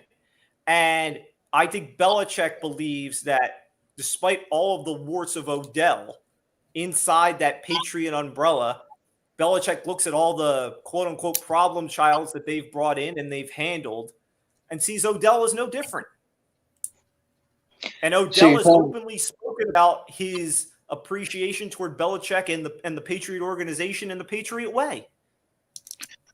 He doesn't live by the Patriot way as it is, so I don't see that being a good fit. But what you are telling me there is that Bill Belichick is probably going to be the guy that signs Henry Ruggs if Henry Ruggs doesn't go to jail. Basically, Henry Ruggs is only going to get signed to do the Longest Yard sequel. That's the only thing he's getting signed for. I accept. Henry Ruggs is not getting signed for anywhere. But one other player news tidbit, and this is one that Josh can talk all about. Your running back has an issue. Dalvin Cook is being sued by his ex-girlfriend, who claims that he physically abused her and held her hostage in his home last year. Cook claims that his ex-girlfriend used a stolen garage door opener to illegally enter his home and maced Cook directly in his eyes before holding him and two guests hostage at gunpoint for hours. Cook's attorney says she has been trying to extort Cook for millions of dollars since. His ex-girlfriend, who is also a U.S. Army sergeant, that always makes things better, claims she flew to Minnesota to break up with Cook and get her belongings. She alleges Cook got mad and grabbed her arm, slung her body over the couch, slamming her face into the coffee table and causing her lower forehead and the bridge of her nose to bust open. She says she sprayed Cook with mace before grabbing the gun and calling a friend for help, leading Cook to attack her with a broomstick. He couldn't get a switch. Go ahead and take all that. Jesus Christ. First of all, I didn't know that his ex-girlfriend was an Army sergeant. I didn't know that. So that hurts. I mean, that hurts right in here. I mean, just when I thought it couldn't get any worse, after losing the worst Sunday night football game of the season to the Cowboys, after pissing away a 14-point lead against the Baltimore Ravens, now I have to deal with this shit. Another running back that apparently likes to beat family members. Like, this is awesome. What is it with your running backs in wood? If it's not a tree branch, it's a broomstick?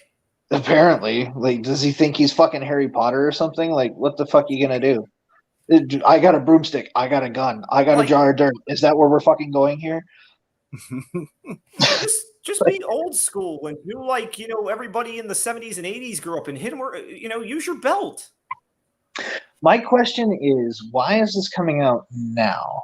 Because, like, if she is trying to extort him for money, there would be messages or something like that I'm sure the lawyer's hanging on to. But, like, the police were never called. Like, she holds him at gunpoint after he does that to her, and she calls a friend. She doesn't call the cops. Like, well, there's a lot here. Yeah, that's the funny thing. No matter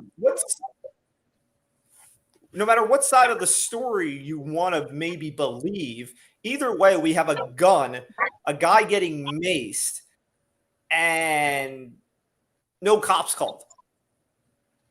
Yeah. It's weird because, like, and I'll give you an example of why that's weird. It's because, like, Randy Moss ran over a cop and drove with her on the hood and said he was just giving her a ride. And no one questioned it, and he never really got in trouble. Everson Griffin breaks into other players' houses and, like, apparently beats his wife, and the cops get called so that he can go home. And he gets like a week in a rehab facility, and nothing happens. Adrian Peterson beats his kids with switches. Never been the same ever since that happened. And now Dalvin Cook beats his ex-girlfriend with a broomstick after getting maced and being held at gunpoint. Like, nothing's been right with this team since the goddamn Love Boat. And it just doesn't, like, I can't comprehend it. I don't even know how to feel. Like, I feel like somehow Mike Zimmer and Rick Spielman are to blame for this, and they have nothing to do with it. But it's just one more thing to add to the ridiculous fucking year that is the Minnesota Vikings. I will say that until there's either, like, evidence that comes out one way or the other, I'm going to stay independent on it and just be like, Vikings players are going to fucking do this shit for the rest of my life. But we'll see. I think Cook came out today and said, the truth will come out, which leads me to believe that he's not too concerned. But I'm sure he has some kind of fault. I just don't think it's as bad as it's being made out to be. So I'm interested to see where it's going to go. But I mean, as long as this doesn't turn into like a Miguel Sano kidnapping a guy situation, I think we're fine.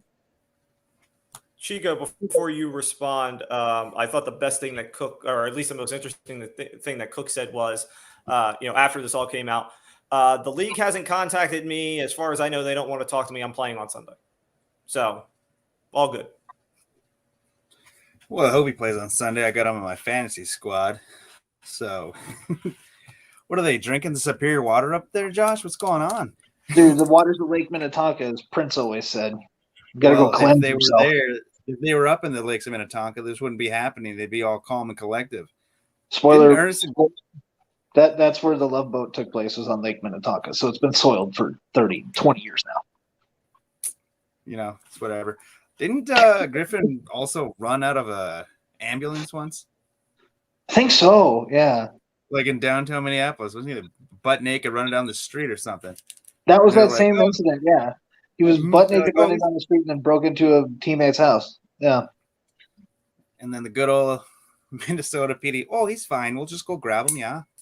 Yeah, we'll just take him home, Oh, he's fine. Some Nefla soup or something. Yeah, see, your guys go to prison for life. My guys just do fucked up shit and get away with it. Well, only one of them has gone to prison. This year. This year. Yeah, he's gone forever. Yep. Sucks. But yeah, but about the whole situations, I find it weird the same way that it took this long for it to come out. And especially with a gun involved, you would think that a gun involved, Army sergeant, you would think, hey, protocol is to call the cops. Let's get the cops here. No, I'm going to call my friend. And we're just going to skedaddle. You think you'd want this all police report filed up so that way you have evidence if you're going to go to court and, file a lawsuit against the person. But, that's just common sense. Yeah. Common sense is a hard thing to find these days. Going back to our pre-show conversation with tomorrow being Veterans Day and some kids being out of school, like that's the uneducated, man. That's who the military gets. I would know. I was one of them. So maybe this Army sergeant just went to one of those Las Vegas school district schools and has been making bad decisions her entire life. I don't know. Probably went to the same school with Gunner. Oh, yeah. This school's trash. For all we know, could have been one of the ex-wives. He's got enough of them. He's got as many ex-wives anyway. As Johnson's got Super Bowls. It's fun. Son of a bitch. So week 9 in the NFL was a bloodbath for teams expected to win. In my bank account. I was going to say, just run down the list here. The Rams lost. As you mentioned, Josh, the Ravens narrowly escaped. The Bills lost to the Jaguars. The Broncos beat the Cowboys. Just a bloodbath. You guys didn't think the Broncos were beating the Cowboys? What's that? I'm happy. You should be happy. I want to start with the Monday night game, though. The Steelers managed to escape with a victory over the Bears. The officiating in this game was, we'll be nice and call it awful. But there was a very interesting play that I want to get into because the Bears got a sack on third down that would have gotten them off the field and forced Steelers to punt. The guy who got the tackle for the Bears proceeds to do a spinning heel kick that you would see, from a winning UFC fighter. Then he kind of gestures toward the Steelers sideline because the Steelers had previously cut him. All right, all of this is all well and good. I didn't see anything overly abundant for a taunting flag, and no flag had been called. Now our guy proceeds to, his last name is Crosby. I forget his first name, sorry. He proceeds to go back toward his sideline.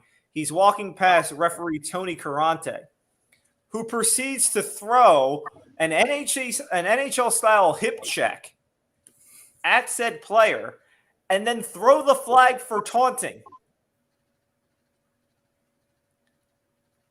This is some Angel Hernandez level fuckery. And then it comes out, Chris Sims on his podcast had a story about Tony Carante apparently having personal issues with players before, saying the hip check didn't surprise him, talking about how in a game he had bitched at Carante looking for a roughing the passer penalty, probably cursed at him.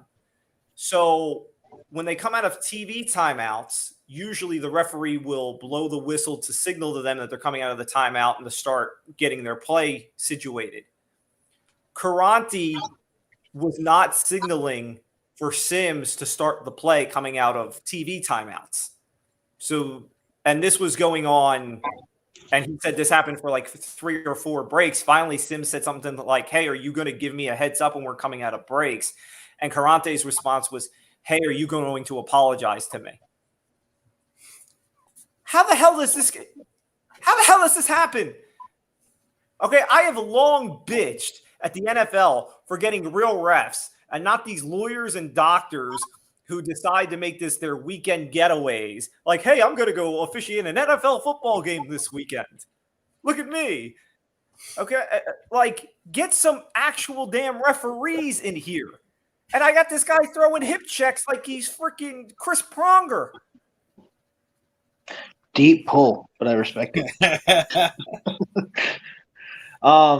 I think honestly, Adam Thielen had a really good tweet about this, and it's something that we had talked about. I know I specifically had a mediocre rant about it earlier in the year, but essentially unionizing and holding refs accountable, like it's something that hasn't been done. I think I talked about it at the college level, but it needs to happen at both college and the NFL level.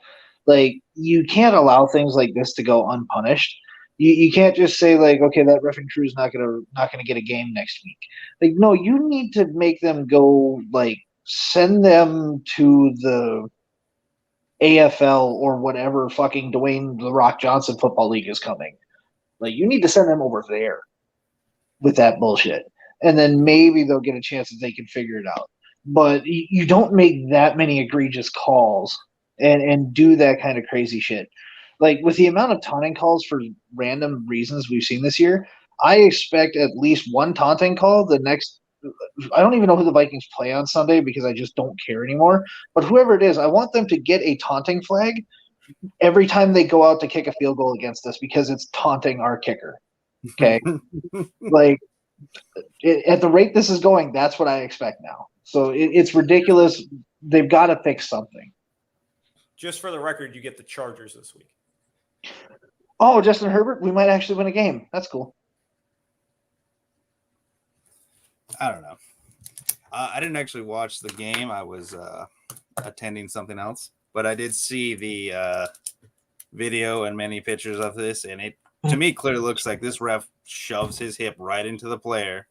Player has to move out of his way, nicks him, keeps going.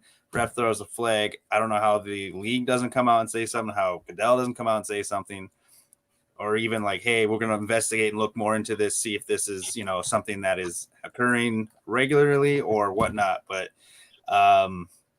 yeah, this guy shouldn't be reffing anymore. Shouldn't even be on the same. He shouldn't even be at high school games because don't need that guy hip checking kids. Roger Goodell is taking the next 3-4 weeks before Rob Manfred takes his throne as the worst commissioner in sports and locks up. And Goodell's making sure he's firmly entrenched in the throne. Between the Aaron Rodgers mess, this, and everything else he does, I mean, what the hell?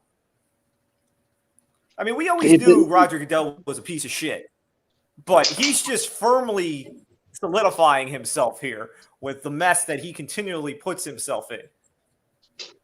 I mean, if that's what 128 million gets you, that's what 128 million gets you. He's the richest garbage pail kid on the block. Okay.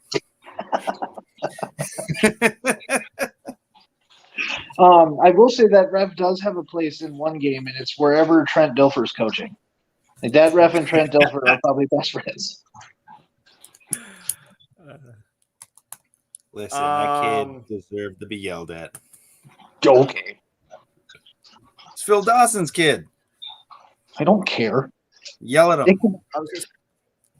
Like I said, it was a bloodbath. A lot of the games, you said, like the Titans beat the Rams, like convincingly. You know, Adrian Peterson found the end zone despite doing really nothing else.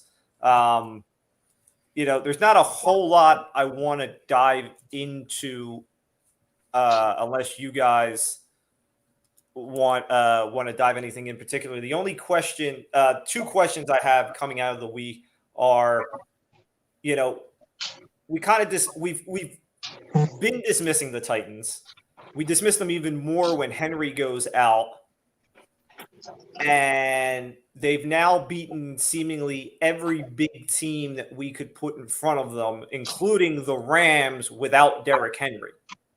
So should we start to buy into Tennessee? No, not yet. They're a good team. We said in the preseason that they were going to be a good team because of the way that their offense was structured. We always questioned their defense. So losing Derrick Henry thought was going to be a massive blow. Apparently, bringing in Adrian Peterson may not get you as many yards, but it'll still get you a touchdown. So there's that. The thing is we're just – I mean, Von Miller in his first week with LA, I didn't expect it to be that impactful just yet. So they're a good team. I still don't trust Tannehill. I don't trust his decision making, and I don't trust him under pressure. But whatever play calling and whatever game planning they're doing is working. So I think it's just the inconsistency that makes it hard for me to say that they're legit. If they do this consistently for like 3-4 games, I'll buy in wholeheartedly. But until then, no, I'm still going to stay cautious because the inconsistencies are just too much for me. Chico, you buying the Titans? I want to buy in on him. I like Mike Vrabel as a head coach. I liked him as a player too. I thought he was pretty awesome. Von Miller, though, he didn't play this week. He's had a ankle injury, so they rested him for the week. So I don't know if that would even helped, if that would have factored in anything, maybe. But I don't know. Adrian Peterson, he looked healthier than he did the last time he played. Looked skinnier, not as fast. But like Josh said, you can count on him to look like get you a touchdown. But is he going to last? Is he going to be able to hold up? He's 34. And 30. Yeah, I think he is 34. Yeah. Might as well be 200 years old in running back years. He's not on the Lions anymore, so he's a new man. True. But I believe I heard, I don't remember if it was Al Michaels or someone say, but I believe the Titans now have the easiest schedule going into the playoffs. Every team they play is – so I can see them going on a run still if they keep to the game plan, switch the running backs out, just throw the easy pass, look for A.J. Brown down the seam. So you know what? Yeah, I buy into him. Let's go. All right. Well, Von Miller wouldn't have helped Matt Stafford throwing interceptions because that's what that game came down to. That one interception was terrible. Matt Stafford looked like Detroit Lions Matt Stafford. That's what he looked like. Whoa. He looked like Jared Goff, if anything. No. Well, okay, Jared Goff, yes. Carson Wentz, no. Still not as bad as Wentz. But man has no ankles. As far as buying the Titans, call me in January. The Titans and the Ravens are always on my list of call me in January. Win playoff games. When you win playoff games and, get over that hurdle and win an AFC championship, then I believe. Because I see you get to January. I see you get in the playoffs, and then I see you come up short. It's just like switch sports for a second, but the Pacers a few years ago, Paul George, Roy Hibbert, those guys were contenders going all the way. Couldn't get over. So what do? You blow the team up. If they can't go any further, they're going to blow that team up. Another team that we all want to believe is on the trajectory of getting over the hump, but is stumbling and kind of a little concerning, is the Bills, who managed to score 6 points and allow Urban Meyer to get his first ever NFL win on American soil this week. In 420 days. Yeah. That's the span of time, which I respect. Yes. And the score was 6-9. Urban Meyer, in the span of 420 days, Urban Meyer has gotten more lap dances than points scored in that game. Ooh. Okay? So, but the concern is the Bills, who have stumbled now repeatedly the last few weeks. The offense is not humming. And again, this is a team that we all expect to get over the hump, has had their own issues, whether it be in the regular season or when they have finally gotten to January, which was a new thing to them last year. So, I had reservations about the Bills to begin with, and are we hitting the panic button, or is this just something that you're happy is getting out of the way now as opposed to 6 weeks from now? I wouldn't hit the panic button on the Bills. I'm a big Josh Allen fan. I picked him to win the MVP, as I've said repeatedly. But yeah, I wouldn't hit the panic button. Just something that they're going to get out of the way. What was that? What? Okay. But I still have them as the clear choice to win the AFC East, get a first-round bye, and then I still think they can go all the way and win the Super Bowl this year. I think this is just a hiccup in the road on the way there. Again, Josh Allen, MVP, and he's going to win Super Bowl all this year. Calling it, lock it up. I don't think Josh Allen's really in the running right now after that performance. Just like nobody's in the running right now. Well, I was going to say that was going to be my next question, which was look at the NFL MVP right now. Every time you think that we have somebody kind of coming to the front of the line, there is a misstep. First, there was the Justin Herbert misstep. Then there was the Joe Burrow misstep. This week, it was, seemingly Allen everybody. And Stafford. Yeah, it's like I said, seemingly everybody with a misstep. Let me bring this up here. Kirk Cousins calling it. No. Guy can't even throw 200 yards a game. So right now, here are your odds for MVP. Tom Brady is the leader. Makes sense. He is 3.5 to 1. Josh Allen is right behind him at 4 to 1. Kyler Murray third at 6.5 to 1. Stafford at 8 to 1. Lamar Jackson at 10 to 1. Then you've got Rodgers and Prescott at 12 and Herbert at 16 to 1. Yeah, Tom Brady would definitely be my pick right now. And then Kyler Murray at number 2. Only because Kyler Murray's hurt for the next 2 weeks or hurt for about 2 weeks. And as the Cardinals slowly crumble, we can't tag him as the reason for the fallout. So I think Kyler and Tom Brady are really the only two options at this point. Stafford, if Stafford goes on a run, could maybe get in it. Same thing with Josh Allen. Josh Allen has the ability to get there. Rodgers isn't going to be MVP now based on everything going on with the COVID thing. Like there's no way. And Lamar Jackson's probably going to get COVID at least one more time this season, so I think he's out too. If Derrick Henry somehow manages to come back before the playoffs, which there's talks that he might, his name could potentially come back. But other than that, I think it's Brady, Kyler, and Allen far and away above everybody else. Chico, you all on Josh Allen? Oh, I'm still in on Josh Allen all the way. Here's the funny thing. When you look at Brady, Allen, Kyler Murray, Matthew Stafford, you look at all of them.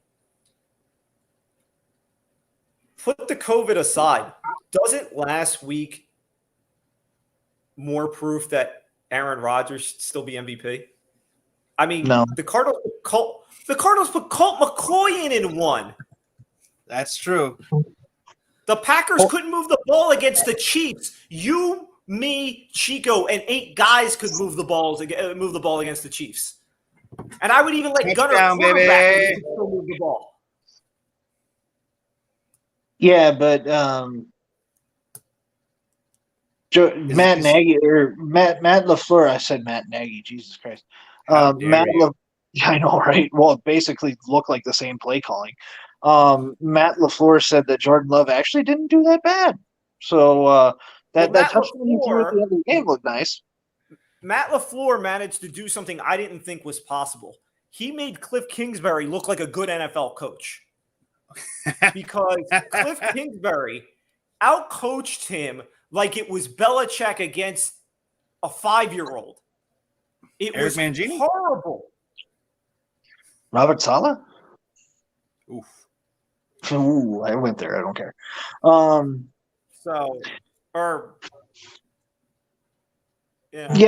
That's what. I'm not mad whenever the Packers have struggles. So I know it warms your heart. Yeah, it makes me happy. If you throw COVID aside, everything, I would say, you're right. Aaron Rodgers still probably in the MVP favorite. Don't think the league's going to give it to him, though, now. No, Aaron Rodgers isn't winning an MVP ever again. That's never. And as much as Brady is in the running, I don't think the commish would like to see him get an MVP again. I don't think Roger Goodell cares anymore about Brady. I think he has too many other things that he's focused on. I mean, he got what he wanted with Belichick and Brady being broken up, so he doesn't really have as big of a target on Brady anymore. And Brady's only won 1 Super Bowl in Tampa, so we'll see. He's only been there 1 year. It's true. I mean, yeah, it's his 2nd year, and I mean, they still look good, so hard to say for sure. All right, let's switch to college. We'll get to the picks here in a minute. All right, Josh, I've got to admit that as much as I kept waiting for the turnaround to happen, and there's still a part of me that thinks it's coming, I'm coming more around here to this Bama team is not what we're used to. Because what I saw this past week was beyond alarming. Okay, luckily, as I said on the show last week, Bama first half is off the table. We don't do that no more. Okay, so I didn't go down that rabbit hole. But, that against an LSU team that is, has got nothing left to play for, is not very good, should have been an opportunity for the Bama offense to kind of get itself going and get some positive momentum moving forward. They were just stuck in mud the entire game again. And again, it's a game in which they, as he leaves, that's how disgusted he is with Bama. That's how bad Alabama is. Yeah, it's just it's another game in which they survive, which isn't the Bama way. We talk about all these other teams that survive and move on to stay. That's not the Bama way. Bama steamrolls and moves on. Yeah, go ahead. Yeah, I haven't watched a lot of Bama this year, but what I have seen, they're not as I would say not as explosive, but they're just not putting up the numbers that they normally do. They put it up against a few teams at the beginning of the year, maybe Ole Miss, but that was Lane Kiffin's dumb play calling in the first half of that game.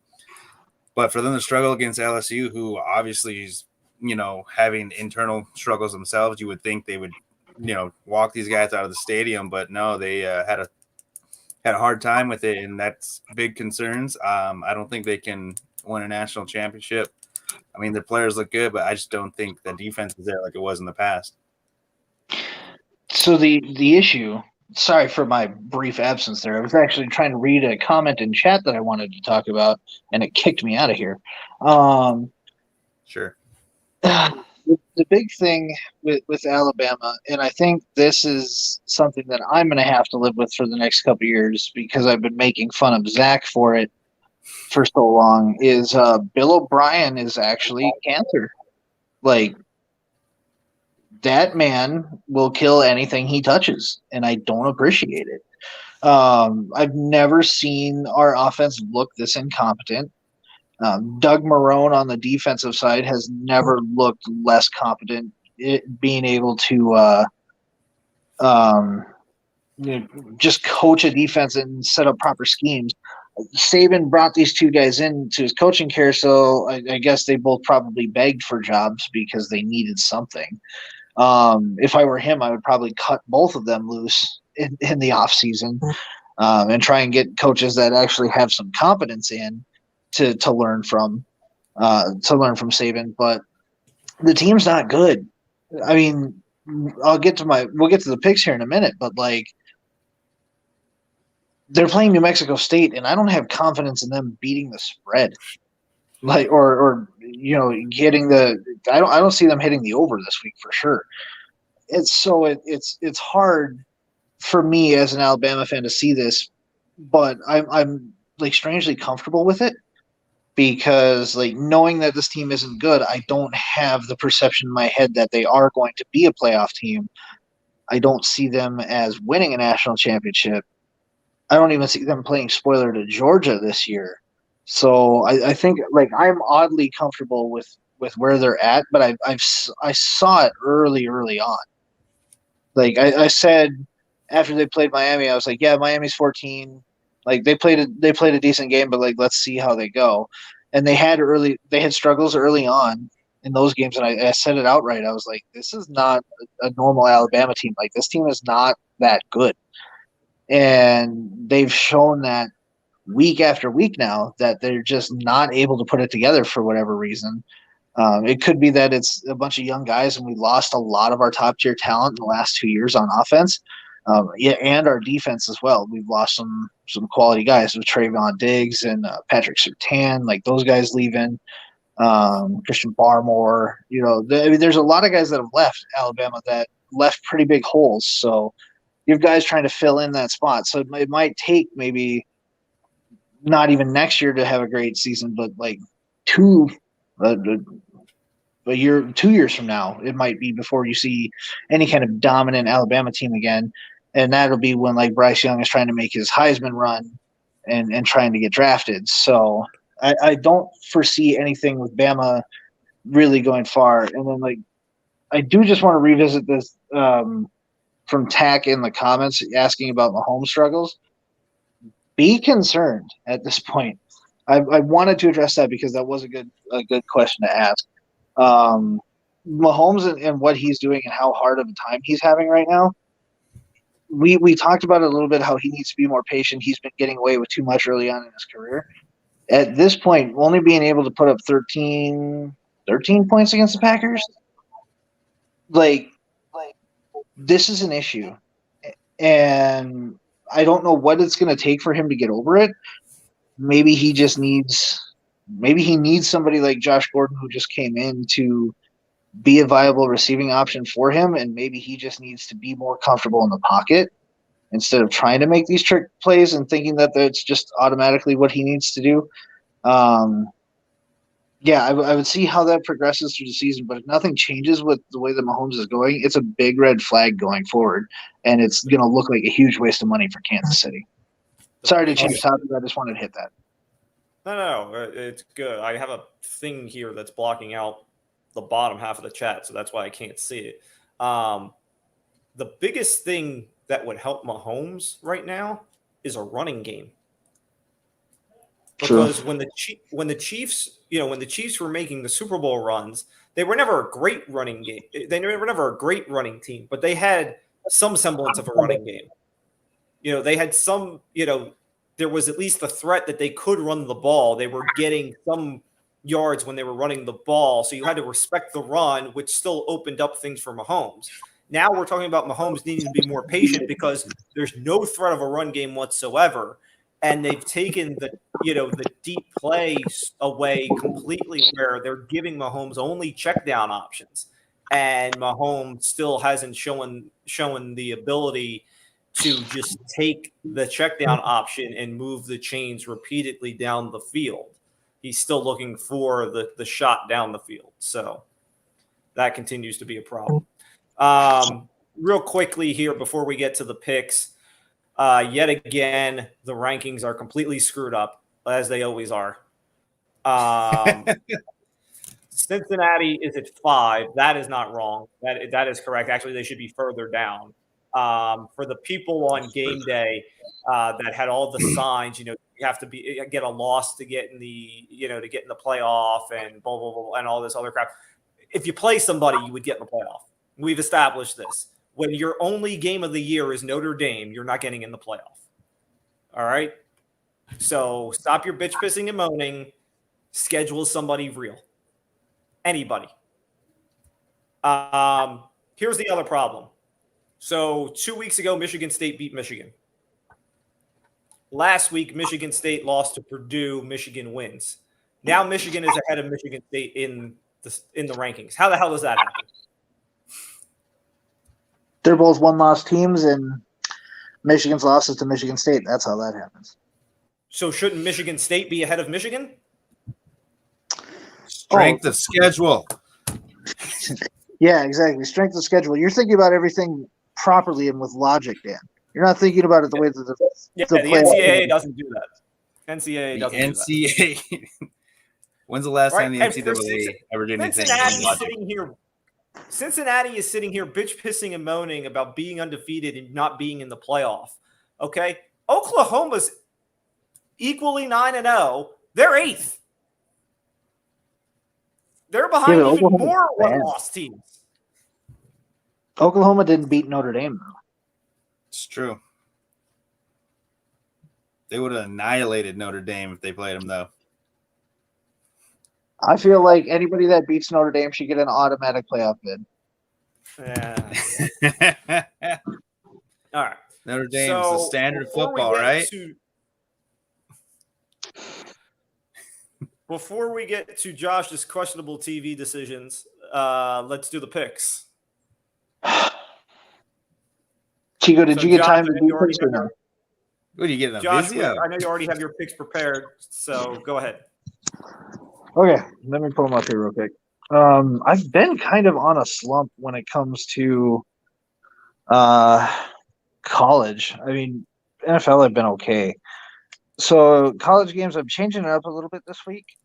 I've got South Florida as a 23.5-point dog versus Cincy. The way Cincy's been playing lately, not saying South Florida's going to win this game, but it's going to be a lot closer than they're giving them credit for. Cincy's just been on this struggle bus for a while. So I'm gonna stick with that. I think that's a good bet, easy money there. I actually have Baylor at +5.5 against Oklahoma. I think this is the game where we might see Oklahoma lose, even though Baylor lost last week, I believe, if I remember right. So yeah, I like Baylor at -5.5 against Oklahoma. I think this is where we see why Oklahoma's at 8. Probably going to drop down to like 15. I think Baylor gets the win in the upset there. And then my final college game is I have Bama under 51.5 against New Mexico State, just because I don't trust that team. So I'm kind of just going to run with those.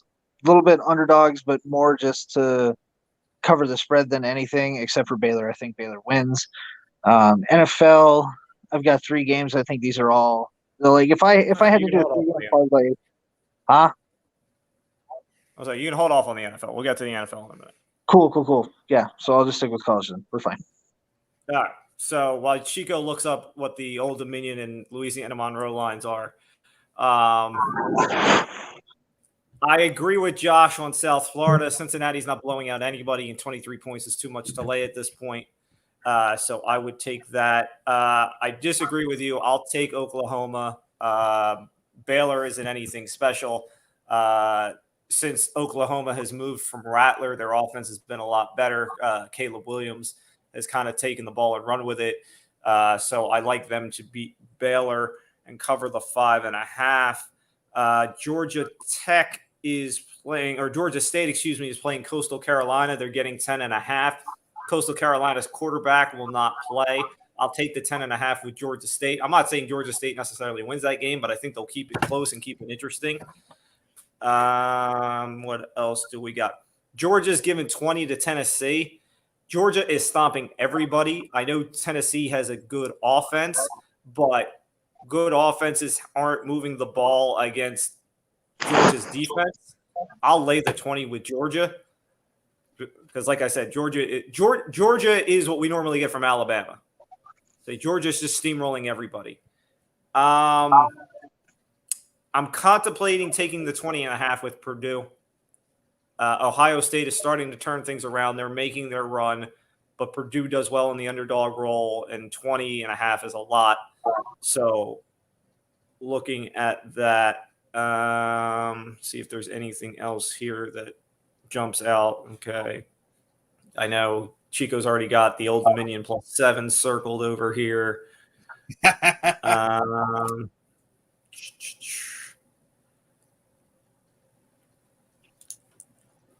While you're looking at that, Michigan and Penn State is a pick 'em right now. So if that line moves either way, take the underdog on either one.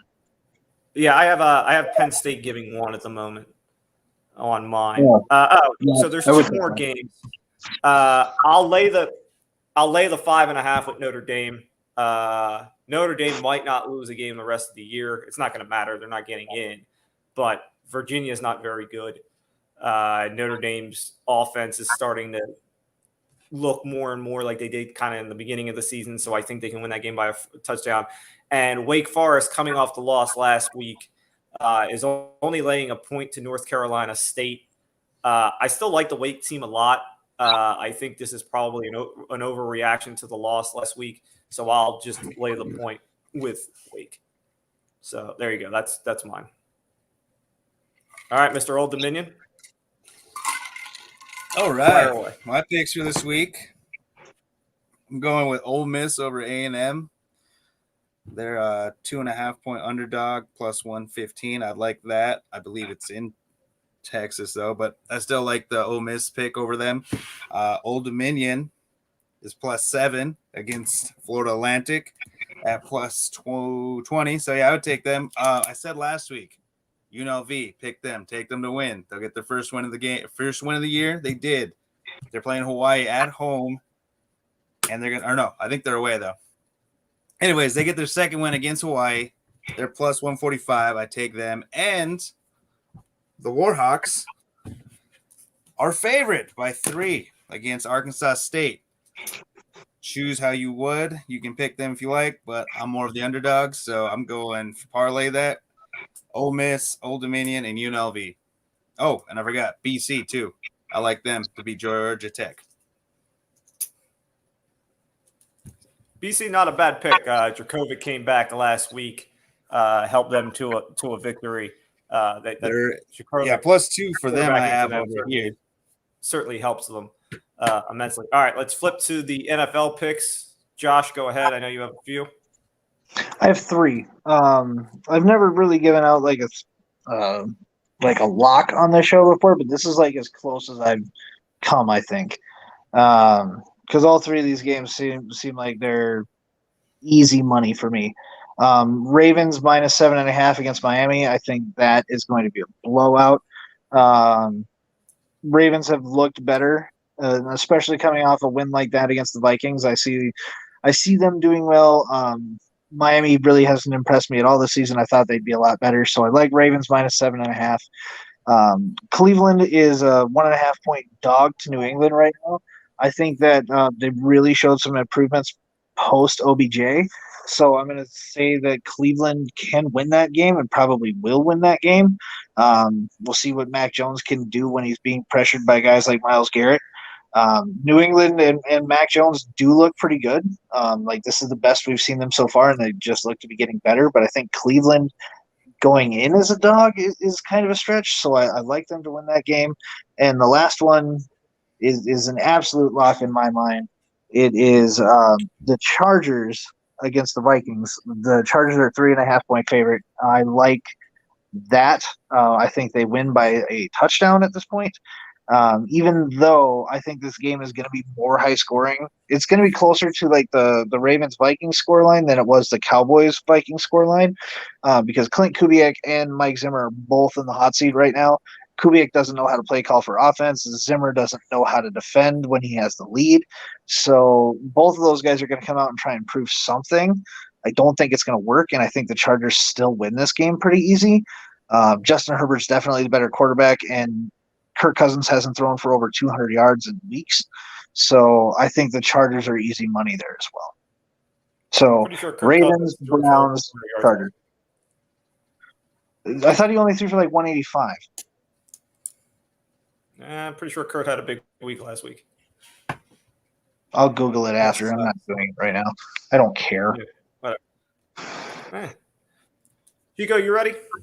Oh, yeah. So I got the Seahawks over the Packers at they're getting plus 3.5, but me, I'm more of a money line guy, so I'll take them at plus 150. Definitely, if I'm looking at the game that I picked that's a lock to win, would be Broncos over the Eagles. It's up minus 152. I got to go with my hometown team in Vegas over the Chiefs. They're a 2.5-point underdog. I think they're going to come out and win that game. They had struggles last week against a really bad team in New York, but I think they're going to bounce back and get a victory against the Chiefs because of their struggles. And then my underdog is Atlanta over the Boys at plus 380.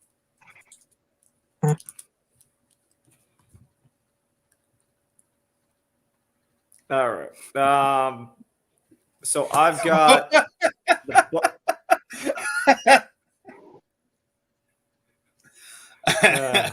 I'm not even going to bother. First off, thank you, Matt Nagy. I know you have a busy week, so thanks for appreciate the support, Nagy. Really. Great. Yeah. So Matt, and the biggest, got one more as for one of the guys in the chat, though. The biggest lock of the week is the Rams over the 49ers. They're going to bounce back from that loss. Just manhandle the Niners because the Niners are just the worst. They're terrible. They shouldn't even have a football team. Okay. Who shouldn't have a football team? 49ers. Oh, yeah, they are pissing away a lot of time. And Kittle's back. So does Grogu. So rematch of the wild card game last year, the Bucks and Washington being 9.5. I'll lay it with the Bucks. We've talked about it before on the show that the Washington defense has been abysmal. The Bucks defense hasn't been much better, but I don't expect Heineke to do a whole lot. So I'll lay it with the Bucks. I will lay the 2.5 with Tennessee over New Orleans. Trevor Siemian, Taysom Hill, I don't really think it matters much. I don't expect New Orleans to move the ball much on Tennessee. I'll lay that. Josh, I like the 3 with the Chargers, like you said. Chico, I agree with you on the 3.5 again with the Rams against the Niners. The Niners window isn't closing; it's closed. They've mishandled that thing between injuries and decision making since the Super Bowl loss. It's just been straight downhill. So nothing happening there. And I will on Sunday night, I will lay the 2.5 with the Chiefs over the Raiders. I'm sure a lot of people will like the Raiders in this game. I actually think the Raiders win. Despite the struggles against Green Bay, I think Kansas City is slowly starting to figure things out, not to mention the fact that nobody in that division wants to pull away. Seemingly everybody is basically at 5-3, 5-4. They've all kind of given Kansas City the opportunity to figure this out and get going. Vegas couldn't recover from the Henry Ruggs mess as they lost to the Giants, and I don't think that they'll handle the Chiefs either. So that is that. I'm just saying this guy in chat, Matt Nagy. We need to get this guy on the show because I love everything he's saying. Like he's got some real insight and some real valid opinions. I dig all of this. This is good stuff. This is quality stuff. I agree with everything he says. I love it. Especially about PJ Walker. Such a racist. Sam Darnold sees ghosts, and PJ Walker can't start. Sam Darnold right now is seeing the IR. That's what he's seeing. I accept.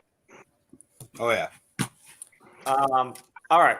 So let's finish this off with Josh's questionable TV decisions.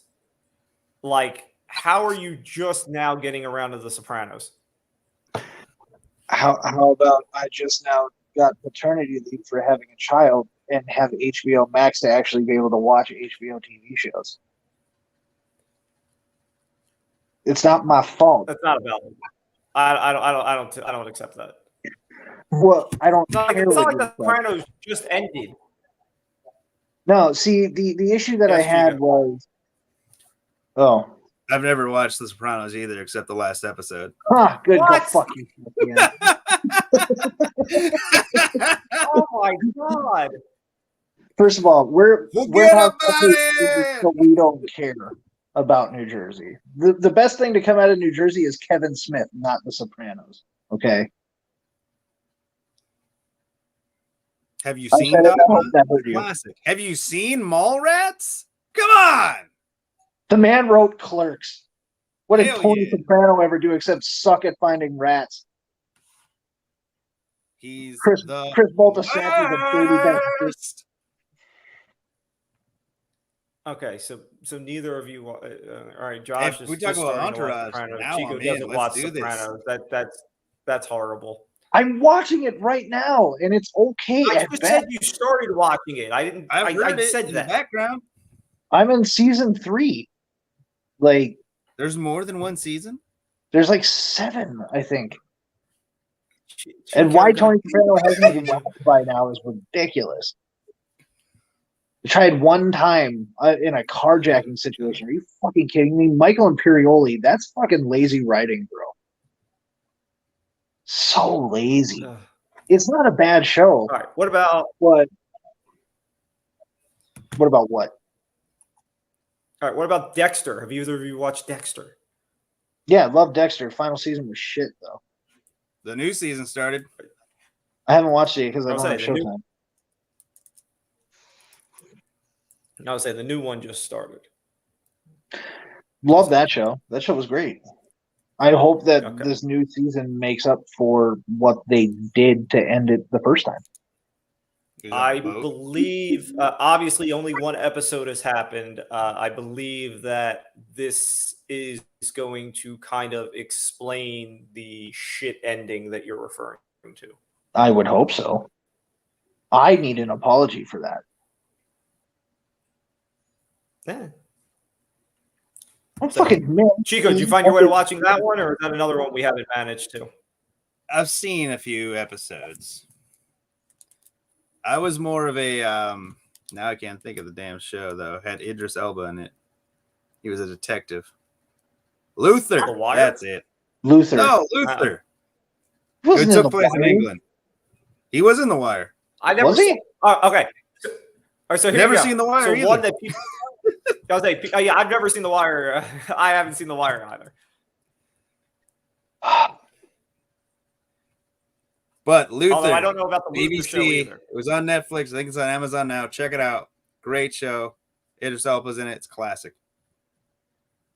Which show? I don't know about the Luther. Luther show either. Oh, Luther. You Yeah. don't know anything. Motherfucker wants to talk to me about TV shows. But the next thing he's going to tell me is that Marvel has better TV shows than DC. No, that's not where that's not where I was going with this. That's not why that's up here. So I am getting ready to watch the 10 Rings movie. Oh, Shang-Chi. Yes. Haven't seen it yet. I haven't heard I great haven't things watched about it. yet. Okay. And well, here is my trepidation. I know that it came out of this. The follow-up Marvel movie here, the Eternals, that has come out, is been widely regarded as the worst movie Marvel has ever put out. They clearly didn't watch Captain Marvel, but okay. Or Thor: The Dark World, for that matter. That one was terrible. Whoa. I like Thor too, but that movie sucked. Yeah. It's like the last scene of a season of Game of Thrones. It was terrible. Iron Man 3 was really bad too. So It wasn't good. I think worst 3 is that origin story, maybe. I Sorry, mean, the what was best the question? Marvel movie of all is 3 time the is Howard the Christmas Duck. Iron Man, or is that 2? Wait, ask your question again. The Christmas Iron Man, is that 3 or 2? 3. Yeah, okay. Yeah. That's one with Gotcha. Guy Pearce as the Mandarin. That's 2. No. No, 2 That- was Mickey Oh, Rourke, Guy right? Pearce was 3. Yeah, Guy Pearce was 3. I'm Mickey thinking of Rourke. Ben Kingsley was 2. No, Kingsley was 3 as the Mandarin. Wait, Mickey who am I Rourke- thinking? Oh, I'm Mickey thinking of Rourke. Sam Rockwell this whole time. Yes. Yeah. What's his nuts? Hammer. Justin Hammer. Yes. Yeah. With Mickey Rourke. Yep. God. At Monaco, which is an F1 race, which is an awesome sport, and you should all check it out. First time I ever seen Elon Musk was in that movie. How do you get Yes, his Elon F1? Musk was That in was that a- movie. That was the first time I seen Elon Musk. I was like, who the hell's this guy? You should definitely watch Shang-Chi, though. Like, legit, it's a good movie. Like, I know that The Eternals wasn't a big hit for a lot of people. Shang-Chi's dope, though. Well, That's I'm a gonna, legit like I said, I'm going to watch Shang-Chi. I'm not in a rush to watch The Eternals, although I would like some explanations about the whole snap situation and why, supposedly these guys are protectors of everything and didn't get involved and all that horse shit. Some lazy writing, but it's okay. Do you have a recommendation Something to watch else- though? It's on Netflix. Harder They Fall. Idris I Elba, did watch that. supposedly in that too. I was I did, I'm a big Idris I watched Elba fan. All right, can you blame me? No. I watched that a few nights ago, Chico. I made it about 40 minutes, and then I was like, I got to go to sleep for work, and it was awesome. I was gonna say if you like guns and blood and all that, that's the perfect movie for you. I absolutely do like all of those things. Yes, that's it. It's a perfect guy movie. Perfect guy movie. Oh yeah. Other movie I'm getting ready to watch is the new Bond movie. Yeah, I need to see that. Yeah, Final Daniel. See, our Chico, friend why are you shaking your Sean ruined that I've never movie. seen Are one you Daniel not- are you Craig. not a Bond guy? I haven't seen one Daniel Craig James Bond movie. What are you doing? What's the matter with you? I'm a Pierce Bronson guy, right? That's where Oh, that's where I draw the line. You like the worst Bond. Congratulations. Whoa! No, it's not the worst Bond. That's not the worst Bond. He's at Okay. least number 2. He's top 3 He's not top 3. He's No, I was saying he's not absolutely not top 3. in my book. He is. Well, you're fucking wrong. Top 2. Who's above him? Sean Connery? Well, obviously.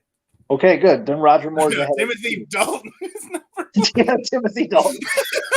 No, Timothy Dalton is definitely the bottom. He's the worst. That's the worst Bond. I mean, if you like Pierce Brosnan so much, it wouldn't surprise me if Timothy Dalton was your favorite Bond. That's true. When you tell me that you haven't watched anything past Pierce Brosnan, I assume that you have a poster of Timothy Dalton above your bed. Listen, he's not watching any of the Daniel Craig Bonds because the rumor of Idris Elba being the new Bond is just all consuming for him right now. That's How all do I've been worried we about. feel about that? I would love it. I don't care. I think it's awesome. I support it. I want Tom Hardy to do it at some point as well, but Idris Elba doing it, I'm totally fine with. I could care less if it's a man, a woman, or whatever. It's the character. I don't care what the character looks like as long as it's still James Bond. As long as it's not Daniel Craig, apparently. Well, yeah. Yeah. I'll eventually get to. I'll watch them all. Like I'll just sit down and watch all the Craig movies, and I'll grade them and tell you how good they were. Because I've heard great things about them. I just haven't got around to it. They've been busy. So have Monroe's you been on the run? Old Dominion's playing well. I got a lot of things on my plate. Josh, have you paid attention to the well, first off, before we get off Marvel, can they just finally just put out whatever about No Way Home and stop all the horse shit? No, they need to keep that as tightly lipped But they're as not. possible. It's leaking all over the place. Like all the secrets are done. What secrets?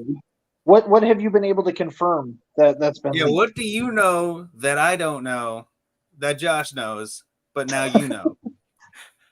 Put it this way: their whole big thing was they were trying to hide that Toby and Garfield were not in it. They were trying to protect that. That's done.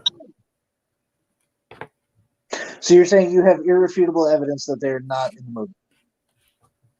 No, I have irrefutable evidence that they are in the movie. You've Where? seen Show me. you've seen Let me images. see it. You've been to the set because you live in New Jersey. You get to see Spider-Man flying around New York, and it's Tobey Maguire again. They're afraid to tell them in Jersey that's just a drive-through they keep up so they think they can see New York from there. Listen, bro, I understand that Spider-Man's all cool for New York and shit. I've got Superman here in St. Cloud, and he's fat as shit. So, I mean, okay. Dean Cain's hanging out in St. Cloud. I know, right? It's crazy. Yeah. All right. Since you pivoted to DC, have you been paying attention to the new Batman? Obviously. Okay. Do you like the direction of said new Batman? Because this is obviously a grimmer, more brutal Batman. How it should always have been. Well, I mean, they're going back to kind of the Nolan style a little bit, which I liked. I like the way that Christopher Nolan did Batman. I was against Twilight Boy in the beginning. I'm still against. I'm not, though, anymore, because I've seen him in some more serious roles outside of Harry Potter and outside of Twilight. And I think that he has the ability to play a really good Bruce Wayne. And I think that the way that they're telling the story, with him having been Batman for about 2 years and not doing a full origin story, but being Batman as Batman again, kind of like the Tim Burton stories were written. I like it. I think he can pull it off. I think he has the ability to do the intensity of Batman while also being able to pull off a Bruce Wayne. And I think that it's a good enough rendition and telling from what we're seeing so far to kind of make up for Batfleck's performance in Justice League. I didn't necessarily hate him in Batman v Superman, but in Justice League, the way it was done without Zack Snyder was god-awful. So I like it, but what I like the most is Andy Serkis as Alfred. That is dope to me. I think he's the perfect. Here's my biggest concern with the movie so far, because basically we haven't seen a lot. They have teased multiple, Batman villains in the movie. We've gotten Joker references, we've gotten Riddler references, we've gotten Penguin references. Some of these have been hit on multiple times. Joker as recently as Jared Leto, which apparently isn't crossing over. Leto is not crossing over into this Batman movie.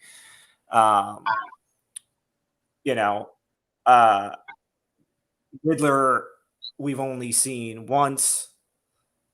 So my concern is if you're going to I would rather. I shouldn't say I would rather. I would almost rather they focus on one and get one done right instead of doing multiple. I feel like multiple opens up the possibility of them messing up at least one. I hear you. I do, but you're wrong. The reason why you're wrong is because we've now kind of been reintroduced to Penguin and the Riddler through Gotham, the TV show. So they have their storylines out there and everything already. And like I said, the way that they're telling this new Batman story is he's been Batman for 2 years. You're not doing origins. You're not trying to do one big bad evil guy per movie. You can bring in the different story arcs and see how, as Batman and having been Batman for a while, he's able to manage the different threats within Gotham City. That's what makes that intriguing to me again. Even though like Batman Forever and Batman and Robin for sure is a god awful Batman movie. But you got to see, Mr. Freeze, you got to see Poison Ivy, you got to see Bane. You had them all in there. Yeah, you had all those guys in there. Chill out. Here's the thing. You bring up Batman and Robin and about how god awful it was, and no disagreement. But like, I feel like now it's every time we do a Batman movie, they're like afraid to go down the Robin road. Like, we need a real Robin at some point. Christopher Nolan did it. He just put it at the very end. We got a reference. We didn't get Robin. We didn't really see Robin. It's like, at the end of it's I get your point, but it was more referenced and like, like a Dick Grayson, like actually have him there. Like, I'm talking about Batman and Robin. And then in the last one, they referenced what was that his suit? What Joker kills him, I believe, in one of the graphic novels. That was Nightwing, right? That wasn't Robin. No, Nightwing is the original Robin. Dick's the one I believe that gets killed. Yes, but that was in the Batfleck verse. Batman's still young in the Pattinson Batman. Yeah, this is referencing to the year one graphic novel, and I believe there's two other ones that are combining it with. Yep. So there wasn't really a Robin in any of those. Dragging me down the Batman hole. You weren't prepared, were you? Glad that you were. Yeah, I have somebody I can talk Batman to. This is great. Dan's like, what the hell did I just do? No, we're good. If you want a good series, like a DC TV series right now, Doom Patrol is on HBO. And I haven't watched it, but I did hear it. It's so good. I'm not going to tell you anything about it. Just go watch it. It's amazing. Have either of you seen Venom 2 yet? No, I want to.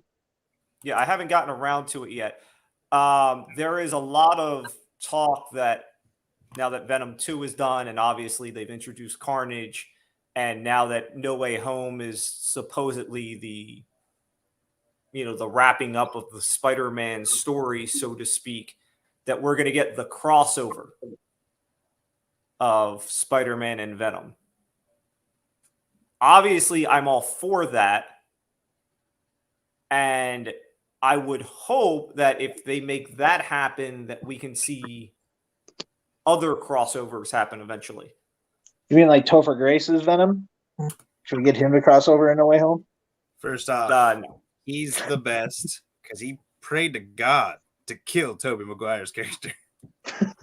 And he's like, he's in the church asking him, can you kill him, please? I mean, the way that movie went, I kind of wish that would have happened. That was a terrible way to end that series because it was so good, the first and 1 and 2. Yeah. And the third one just, emo Spider-Man. No, thank you. I heard they were supposed to cross Venom over into the new Spider-Mans. I don't know if that's true, if it's going to be one of those lame cameos at the end of it, and you're like, oh, we crossed over for 20 seconds. I do want to see the new one. I love the first Venom. Definitely want to see the second one. Like I said, I haven't seen the second one. Supposedly there's like a lot of, mid credits and end credits and blah, blah, blah that are a big deal.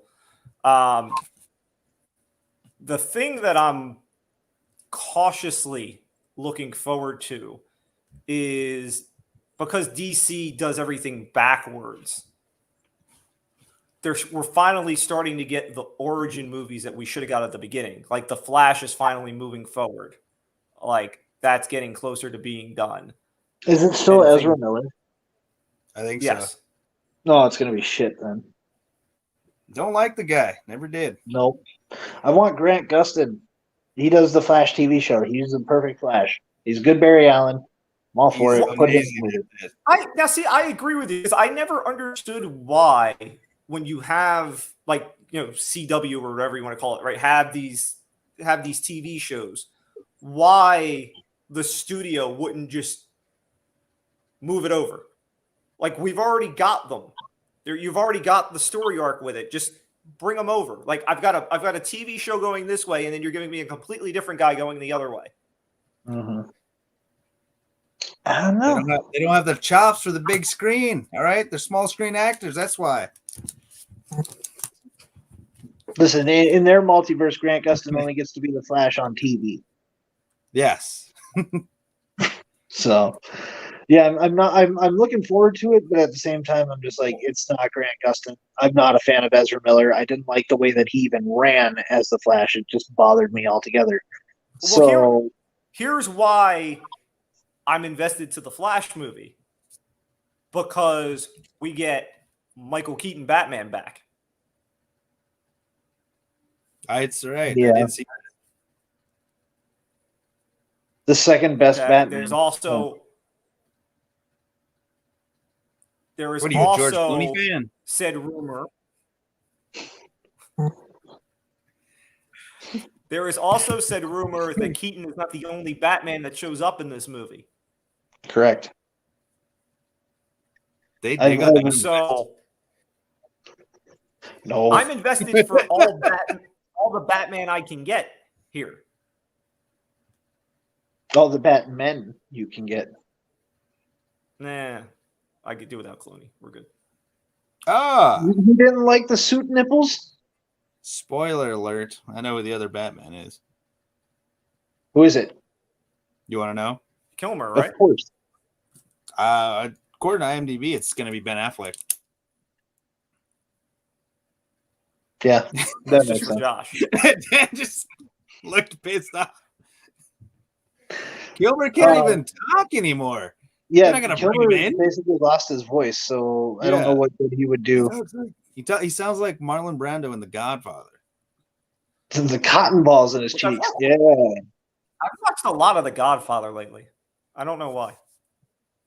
Okay, if you like The Godfather, you must hate The Sopranos. The Godfather is on a very different level than The Sopranos. I agree. The Sopranos can't hold a candle to The Godfather. Put it this way. Mob TV shows don't compare to mob movies. There's not one mob TV show that you're going to give me that's going to compare to a top 5 mob movie. Empire Boardwalk.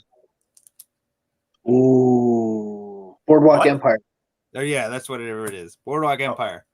Steve Buscemi. Yes, I watched Boardwalk Empire, but I'm sorry, you putting Boardwalk Empire up against Godfather 1 or 2 or Goodfellas or any of that? I'll put it up against Godfather 3. I'll put Batman and Robin up against Godfather 3.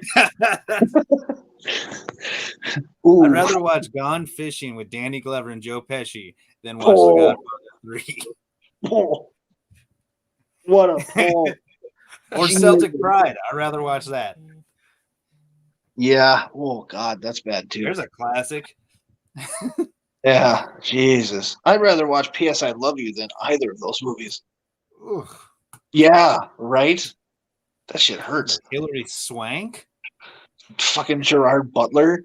Bet you liked Hilary Swank in her one movie she won an Oscar for. Which one was that? $1 Million Baby? Did she win one for that? Should have. Yeah. I was thinking the other one. She played a boy. Oh, I don't know that movie. It's a classic. That's that army one, right? No, that's G.I. Jane. That's G.I. Jane. That's fucking Demi Moore, right? Demi Moore. Mister? Just throwing random people out now. Oh, Boys Don't Cry. Yeah, she played like a dude. Oh yeah. It's classic. That's the I don't know how to American confuse X except the follow-up, ball. right? Boys Don't Cry. That's the sequel to American History X. Sounds Yes. like. Okay, cool. Just complete opposite. All right. Is there anything else that I need to watch or we need to watch right now? Oh, if you're gonna do the whole Marvel thing, What If? The I already animated did What If. series? You Yeah, did I What already If? did that. Oh yeah. Yeah. Yeah. Which, by the Um, way, since you brought up What If, am I going to get a real life version of The Watcher at some point? maybe. Well, I gotta think that What If is tied in somehow. Well, yeah, it's all part of the multiverse. It's That's all my point. canon. I'm saying Doctor Strange is about to open up the multiverse to us, so I should get The Watcher at some point. Technically, the multiverse opened with WandaVision. Well, yes. So, Which, but yeah, which is now going to lead to this whole thing. and female Loki opened the multiverse, and Doctor Strange is bringing it to, yeah. It's a fucking, I can't even follow it most of the time anymore. Yeah, but no, I've done What If. I did the whole, basically everything else. I know Disney's having their Disney Day here on Friday. I don't know that there's anything overly important or new coming out for that. I know. They'll drop some. 10 Rings is supposed to be released on Disney Plus that day. I think it's premium too, so just be wary. What's that? It might be on the Disney Plus premium, so you might have to pay for it. No, it's straight Disney Plus, it's not the premium. Oh, okay, cool. Good. Yeah. I do have like one final note that I just want to leave the show with tonight, considering our last 45 minutes have just been fuckery. Yeah, that's what we do. Yeah, I mean, it happens. We do this every fucking week. Two things. Happy birthday, Marine Corps. It's the Marine Corps birthday today, 246 years old. Good for them. And then tomorrow is Veterans Day. So yeah, to all the veterans out there, get yourself some good food. Spend some time with your friends and family. Don't spend too much time on reflection and just fucking ball out. Okay. That's all I have to say about that. I don't have anything that profound to leave us with. You never do. It's fine. Yeah. I will leave us with that even we're 25, 30 years removed, the Nancy Kerrigan, Tanya Harding situation lives on, because to this day, apparently, women want to relive that, as the PSG women's version team had a Tanya Harding, Nancy Kerrigan situation in which one of their players hired a masked man to attack the other one so that she could get playing time. Transfer portal, people. Transfer portal. Works for college kids. Yeah, but FIFA's way more corrupt. Yeah. FIFA or the NCAA? FIFA. Yeah. I was going to say, NCAA just makes money off of bowl games. FIFA sells their shit to Nigeria or Zimbabwe or whatever. So, all right. So Josh has left. Chico died. That's it for tonight. We'll see you guys again next week.